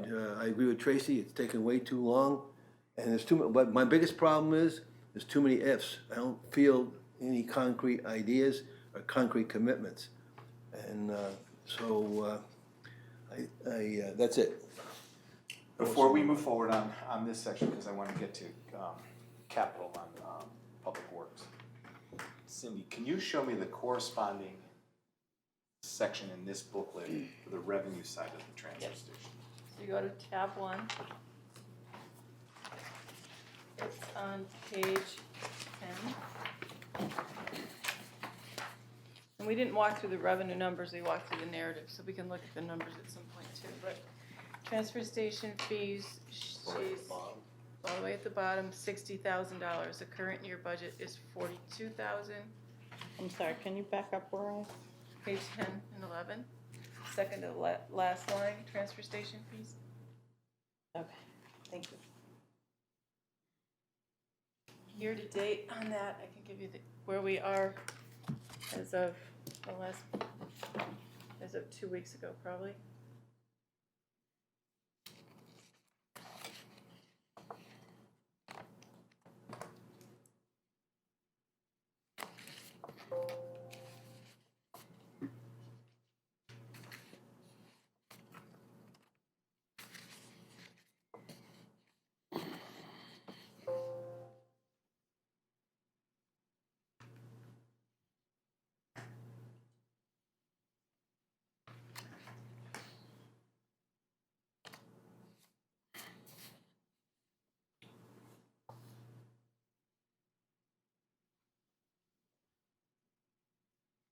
Wasn't logged into the accounting system. And that's okay, while you're doing that, I just wanna ask.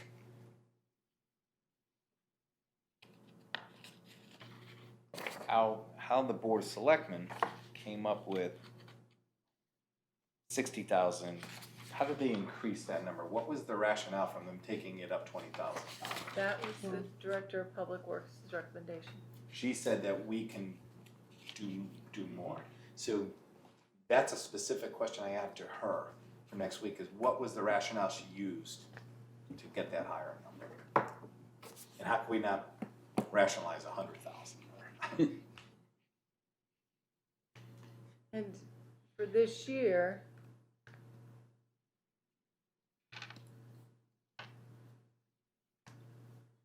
we're at 36,000. So it's, in the budget's 42. But we can ask for the rationale of the 60,000. I mean,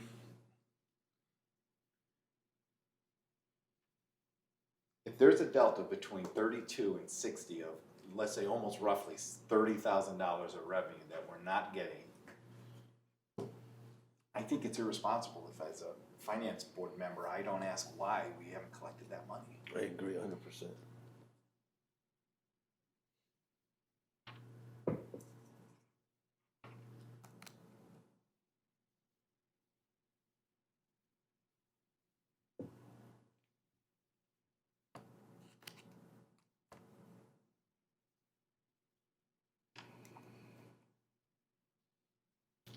We can get that from Beth.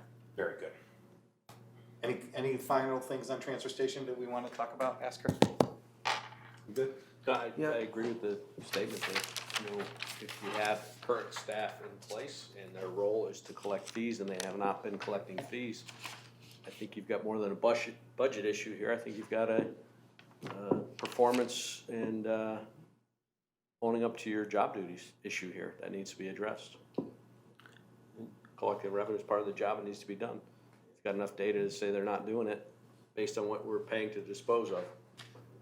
That's a Yeah, it backs up to day-to-day Needs operations, addressing. yeah. Todd? I agree. So another question for Beth is, let's be clear, what is the function of the 3 employees at the transfer station? They're all nice guys, I talk to them every week. What is their function? Maybe we got the wrong job description for them. Maybe we got the right one, I don't know.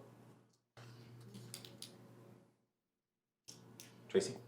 Any further comment? I think it's an excellent point that, you know, is it that it, you know, whose responsibility is it to make sure that the fees are collected, yeah.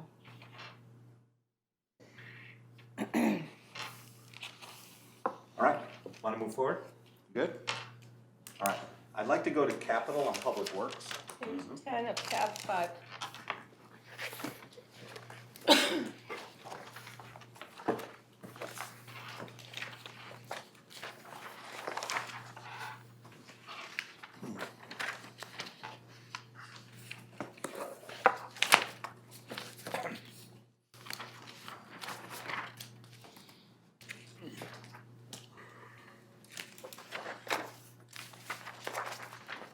And Cindy, can you provide just a little bit of color on any of this? And we can have Beth go into more detail, or Well, the loader, she had originally had in the budget to replace the loader, but they've received information that for $35,000, they can get another 5 years out of the loader.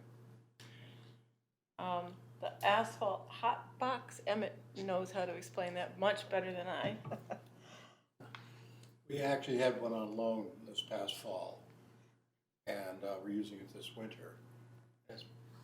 Don't ask me how it works internally, but you take grindings or chunks of asphalt that you picked up. Anyone who saw what happened on Neptune Avenue, those massive chunks of asphalt that were laying down there along the brook, that sort of stuff, you just load it into it, you add some oil to it, you heat it, and you wind up with an incredible mix for patching roads, repairing them. We used Lead Hot Box. We had one as a beta station, as a loaner, something this winter.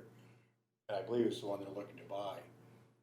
And they had tremendous success patching the roads as they failed during the winter months. And typically you buy the hot mix or whatever it is, cold patch, and you patch it up. And the next snowstorm, it's out again, you're patching it again. Doing it this way, they stay patched, they're good repairs, Beth is of the opinion, I'm sure she'll voice it again, that this thing will pay for itself very, very fast. Compared to buying the material and then replacing it repeatedly during the tough months. Down below, so that's great, and that sounds like it makes a load of sense. Down below, we see the truck, we're sick. That's just a cyclical, it's time to replace one. We do that on a regular basis. On the hot box thing, is there a corresponding decrease in supplies or not Decrease 30, in not for supply- 35,000, but You'd have to check with somewhere that, in there that it's, somewhere. okay. Would like, if you could record that, Cindy, that would be great, that question. I don't expect it to be 35,000, but wherever that came from. I mean, I'm assuming that you're getting a better quality and there's gonna be a corresponding reduction in cost, this is one of those Yeah, and Yeah. the cold patch that we're buying, we won't have to buy, Right, that's, I'm just wondering where that Yeah. is, and, yeah. somewhere. Cindy, before we move forward on this, you had shared with me maybe a couple of ideas that might help in some of the capital. You want to articulate any of that? So one thing, and I need to get with Beth, and we've discussed it, as we're looking at capital, Bone Mill Bridge, we came in well under budget. And we had appropriated those monies, and there's some state grants. So we're on page 12 for those of you that don't know what bone mill is. So Beth and I, was tied up with FEMA all week, but we need to evaluate Bone Mill because we appropriated $170-something thousand, or 400 and something. 453. No, it's even higher than that, because that's what was left. Oh. But we only have spent about 165,000 so far, so I have to verify all the bills are in, number one, there is some retainage, but we may have the ability to repurpose some of the bone mill money to other capital projects, which would be helpful. And do you have a, without committing you until we speak and review this with Beth, what, a rough, if you put us in a ballpark, what you're thinking? Maybe 200? 200 is real money. Why was it, so much less? There was, Linda, do you remember much about bone mill? Are you looking? Why is it so much less than what we had appropriated?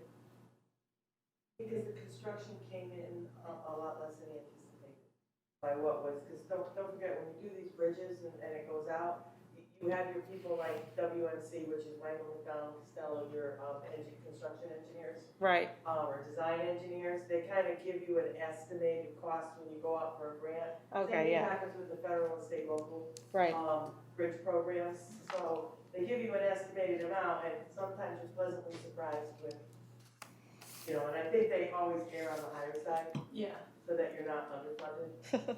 So we may have some option there. So that's real money. It's real money. Good. Any other options in the capital section that you may want to highlight for the board, please? For Public Works? Yeah. Not for this year, but I really would like you to look at the bottom of page 13, and there's 5 new items there from state inspections. Mm-hmm. So those are on your horizon. The big one is the bridge at Falls Basin. Which one? That last one. It's a culvert? Blue guy, 300,000? One beneath it. Oh, purple 1.1 one. million. 1.1. Have your attention now. That's the one at the dam, the water's going under. Yeah, Quite a okay. bit of displacement in under it. And so I've inquired as to whether or not that could be associated with what happened last September. Oh. And Beth has assured me that no, it's well documented ahead of that. Disappointment, FEMA could have been involved. Not so anymore. Now, Maybe if the dock went over, it could have made it how that did much how did worse. we pay for the replacement of the dam, or what happened with the dam? The dam itself, Yeah, that happened a couple of years. We did that. that was a state project. That was a state project. That had nothing to do with us.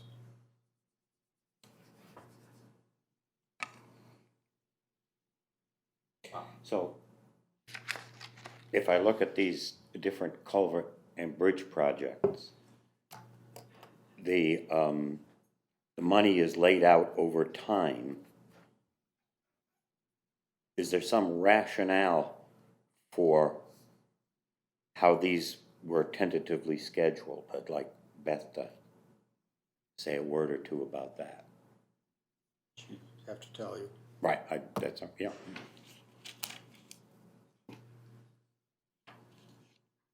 Well, yeah, you did get my attention on the bridge replacement. The state inspected it, they say you gotta fix it now, or you can wait 10 years, Near future. near future. We can have her quantify it, but I think she's probably already prioritized them based on the reports, but So can the state reimburse us in any way for we missed the FEMA gate, unfortunately. I So doubt, this is our bill, we're on the I hook. doubt it. Thanks. In fact, I think- Holy mackerel. They make two dead ends. That is a big one. I It's a mean, bad let's intersection anyway. informally discuss while we're looking at that. Is this something that Real estate. falls within the scope of the dialogue we had earlier with the school? That was my question. Do we look at this and say, okay, we have to do some bonding, these are all the things we need to do right away? I mean, we can't have a bridge fall down and have, that to me is, Are these things that Irresponsible. town workers would do, or this is something you hire out, right? This is I think it depends on which one. how you big it, look at. whatever it is, yeah. I think we're gonna, certainly one Falls Station is beyond us, Beyond our scope, yeah. way beyond us. The one at 300, which is on Station Road, and I wanna just be clear real Yeah. quickly. When we're looking at these budget numbers, we're looking at how much we have to budget for, but we will get some, it depends Money on back from the the state, grants, perhaps? programs, how it gets set up in the end. I don't know if it's a local road that you still get money back? Well, Bone Mill was, Oh, all right. Leesville was, or, no, that's a state road. Yeah, Leesville. Yeah, Leesville. Route 82, the two bridges down by your way. But what's that's a state road, But Bone Mill is not, and we Yeah. certainly got aid on that, Foxtown, we right, get aid on that. okay. yeah, I think as I understand it, we may get money, but we have to I budget don't- for the full yeah. amount, anticipating that need. So, Johnsonville, we're getting help on, Okay, there's programs there for all us. right. so this definitely bears question to Beth when we speak to her on Monday, and we'll I believe that's already been recorded. I Okay. assume you can make a good case for bonding a bridge. Yeah, I mean, There are 23 bridges reviewed, so you know that, in that. Say again, please? There were 23 bridges reviewed, bridges and culverts, 20 feet or less, town-owned bridges. I know that 5 came back in the spare or worse category. Which is It's not bad. Of course, there's a page 2. It's Public Works budget request. yeah. Keep flipping. Yeah. where did you go? There's page 14 and 15 are Public Works as well. There's more, you tell me. Oh, there's nothing in the proposed budget. No, what happened here, this aspect of it is the amount of money they're allocating toward FEMA, and that, instead of budgeting in that, and they said we're just gonna take it as we see fit. So this is how much she had requested initially, and then it was not indicated in the Board of Selectmen's budget. Now, this is an important point, because last year, if you recall, we did the calculation of the mill rate because we had allocated some money for unassigned fund balance. Be mindful of that, that's in effect what's happening here. So we're saying, okay, this is, in total, I guess the best way to look at it is 25% of $3.7 million is really what our obligation will be for the storm damage. And so, But keep in mind that we can do a good chunk of that 25% in kind. That's no, I not- totally get that, and we already have spent $200,000 roughly in But that that was space. cash, but just the labor that we put into it. Well, that's how much been budgeted, right? So that was in cash, but that was in kind too. You calculated all those numbers. We have all of that, yes. My point is, we have two factors that are happening here. One is that we'll find out soon how much money is going to be coming in from FEMA and what kind of cycle we'll be having.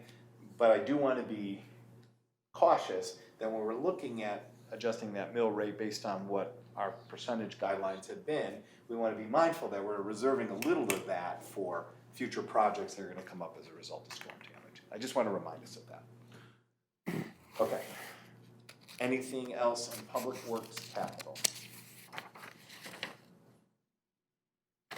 All right, so we've addressed Board of Education, with whom we'll meet on Monday. We've addressed Public Works, with whom we'll meet on Thursday. My thinking is we'll discuss Board of Ed on Monday, and then we'll talk among ourselves on Monday also about public safety. Is that okay? Because we'll be meeting with them on Saturday. We'll give them plenty of time to address it. But frankly, I think we've all done a real lot of work today, and it might be a good time to move forward unless there's any other discussion. Yes, getting back to Public Works, I apologize for backing up a little bit here. Page 14, bottom page 14 in transfer station, compactor replacement. That's the big hopper, right, Emmett? That was what she requested, but look at the column on the right. Good enough. There's nothing in there. The Board of Selectmen did not vote for that. Yeah, I understand that. But that's the ram that drives everything into Yeah. the, that's the compactor. The big guy, Yeah, the big guy, but this is down at the bottom of it. the big hole. There's a, Yeah, I know how it works. that's the ram that they're speaking of. Okay. My point I'm trying to make Please. is that currently we don't have a garbage solution. We have what was status quo. What's the chance of that compactor breaking down in a crisis? What's the chance of that happening? It happens. I don't know. So what would be, if it is crisis mode, I've been there when the thing's been full and there's no other place to put it, stuff, I've been there. So then it's an emergency fix. How much would an emergency fix cost? We do that, we've done that on a regular basis. It happens from time to time. It happened just this spring for 2 or 3 days. You may have been there at that point. There's an electrical switch down there that had to be rewired. It took a couple of days to get someone in. We have a mechanism in place for handling. So you have money in place to do it then? No, That's what I was worried about. We brought have a money box to- up. emergency. Everything was going in the box, from down and back, bulky waste, one of those big things. And everything's being loaded in that. And So we've done you- that. Back when we had the box drop into it and cut the inside of it, and now we were shut down for a couple of 3 weeks at that point. We handled that, we dealt with it. Plus, there's actually a big wooden thing there that all the employees do, and they just do. That's the other function of the job, right?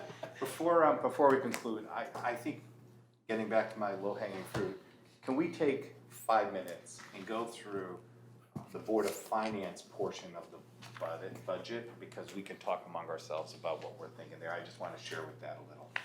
What page is that again? Cindy? Can you help me Oh, the get Board there? of Finance?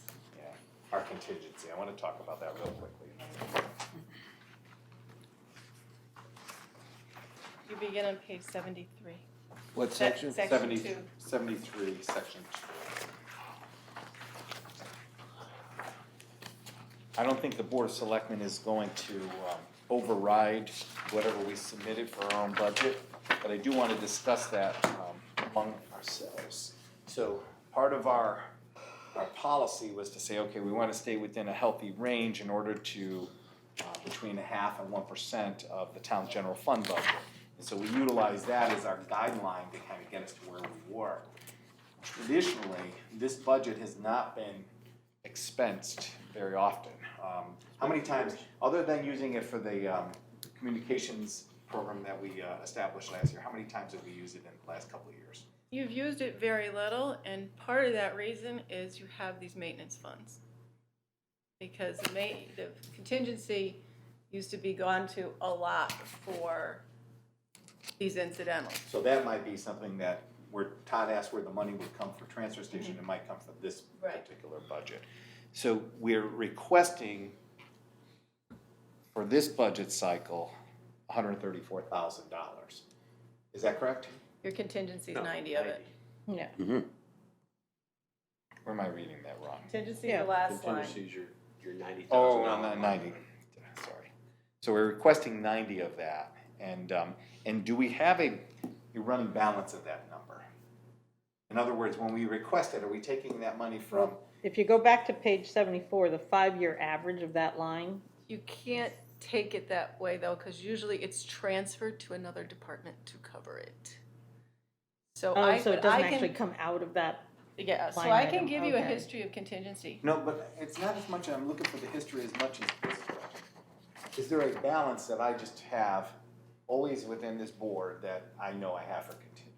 Like last year, we allocated, what was the amount that we requested? I don't recall. What?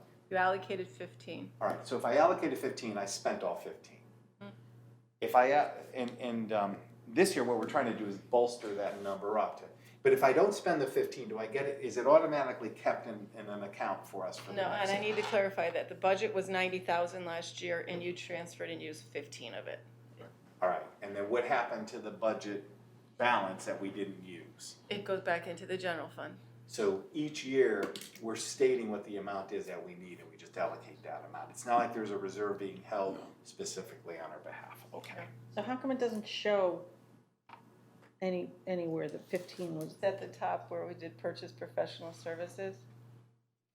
But usually, so here's an example. We need to do a major improvement. I'm not gonna cite anywhere because I believe in superstitious. But, you know, someone comes in and says, we had this major breakdown and it's not something appropriate for the maintenance fund. Maybe it's a vehicle or something. Then you guys would appropriate it. If it was over 20,000, it'd go to town meeting. So thereby your contingency would show a transfer out of X and the budget that's getting it would show a transfer in of Y. That's how it would work. And in some years you've seen original budget, amendments, transfers, revised budget. When you do a lot of this, we haven't had cause for that. We've been very good about, you guys have been budgeting very well. So just to make sure I'm understanding how that number came about, and I'm looking just for a little bit of savings here and there. If you took the difference between 0.5% and 1%, and that number is going to be, I guess right now, based on the number you calculate is 0.7%, correct? Right, so if you look at the contingency range, so based on the budget the Board of Selectmen gave You you. split the difference and you say, okay, we're gonna split it right down the middle. If it's 50, if it's 0.5%, it's 66,000 based on the Selectmen's budget. All right. In this instance, I think I'm gonna refrain from changing anything. I'm gonna listen for the input, but I think I'm happy with that number. We can always adjust the mill rate based on unassigned fund balance as opposed to going into this contingency. So, but I'm gonna invite some comment and then we can conclude our meeting. Harvey, any thoughts? I think pending further developments, I think I'm comfortable with the 90,000. Okay, good. Nothing further. It's one of the notes I wrote early this morning. I'm open to reducing that if need be. If it helps the greater budget, absolutely. And to your point, and what has just kind of opened my eyes is, by doing this, by allocating that money for contingency, we've not at least budgeted that money for emergencies that prevent us from having to go for a town meeting. If we are going to do some shifting to try to save money, we might look at the unassigned fund balance as that source rather than our own cash flow. That's my thinking now. Todd? I agree with both you gentlemen, both Greg and Bill. Also, I'll make one more question. If I come up with more questions about public works, education, before our meeting on Monday and Thursday, should I send an email to you? Shoot them to Cindy and you can copy on me on it, that'd be great. But Okay, she'll forward them on to the respective people. that's all I have, thank you. Tracy? I know it's like a policy, but if the only time we've actually, done anything with it is, this book goes back to 13, 14, or I'm mistaken. But when it moves, it goes away. I can just give you a little. Why don't you provide us, Tracy, for Tracy's benefit, Yeah. Cindy, would you provide us, and Lindy, please feel free to help me with this. You both talked to me about this whole contingency thing one time recently, and you were saying that in the past, in the absence of the contingency, every single time you had something, and what is our threshold, $10,000? 20. 20. So every time we have something in a certain amount, that money automatically had to go to town meeting, and it just delayed the implementation of that occurring. By having this contingency, it's not without oversight, it just puts that in our hands to move these projects along a little faster. Okay. And in 2013, the board used some, so I can get it for you. Okay. In 15, you used 50,000, Oh, all right. so it transfers out. But I can give you history of where it went. And that's just back to the maintenance fund as well. It allows us to adapt to Yeah. things. And when you're talking about using fund balance, Bill, well, if we don't use it, it goes right back into the fund balance Right. anyways. It's just misallocating that It money. returns. As far as like, you know, percentages and whatever of passing a budget, you know, mill rates and things like that. If it, you know, if it But just to sits there. that and- point, we can yeah. definitely adjust fund balance and get the same effect without having to not have the contingency. Yeah, fund. that's true, I guess. So that's that was what I was Yeah. not thinking about originally, and knowing that, I thought this money was always being reserved for us, and learning now that it goes back into fund balance, it's a moot point. So, okay, good. There are no more questions. Town meeting, it's 20,000, or if you've already gone through an Right. account. So, yeah, so it's Once, 20,000, second time. or if you're hitting an account a second time. So you could go to account for 500, and then go to it for 500, you need a town meeting for the second pass. Got it. What's the moral of that story? All these weird little factoids. All right, last item on our agenda is guest and audience comments. Linda. May I accept the motion to adjourn? So moved. Yeah, second. All right, all in favor? Aye. All right, thank you all. Thank you, Bill. Thank you, Bill. Oh, my goodness.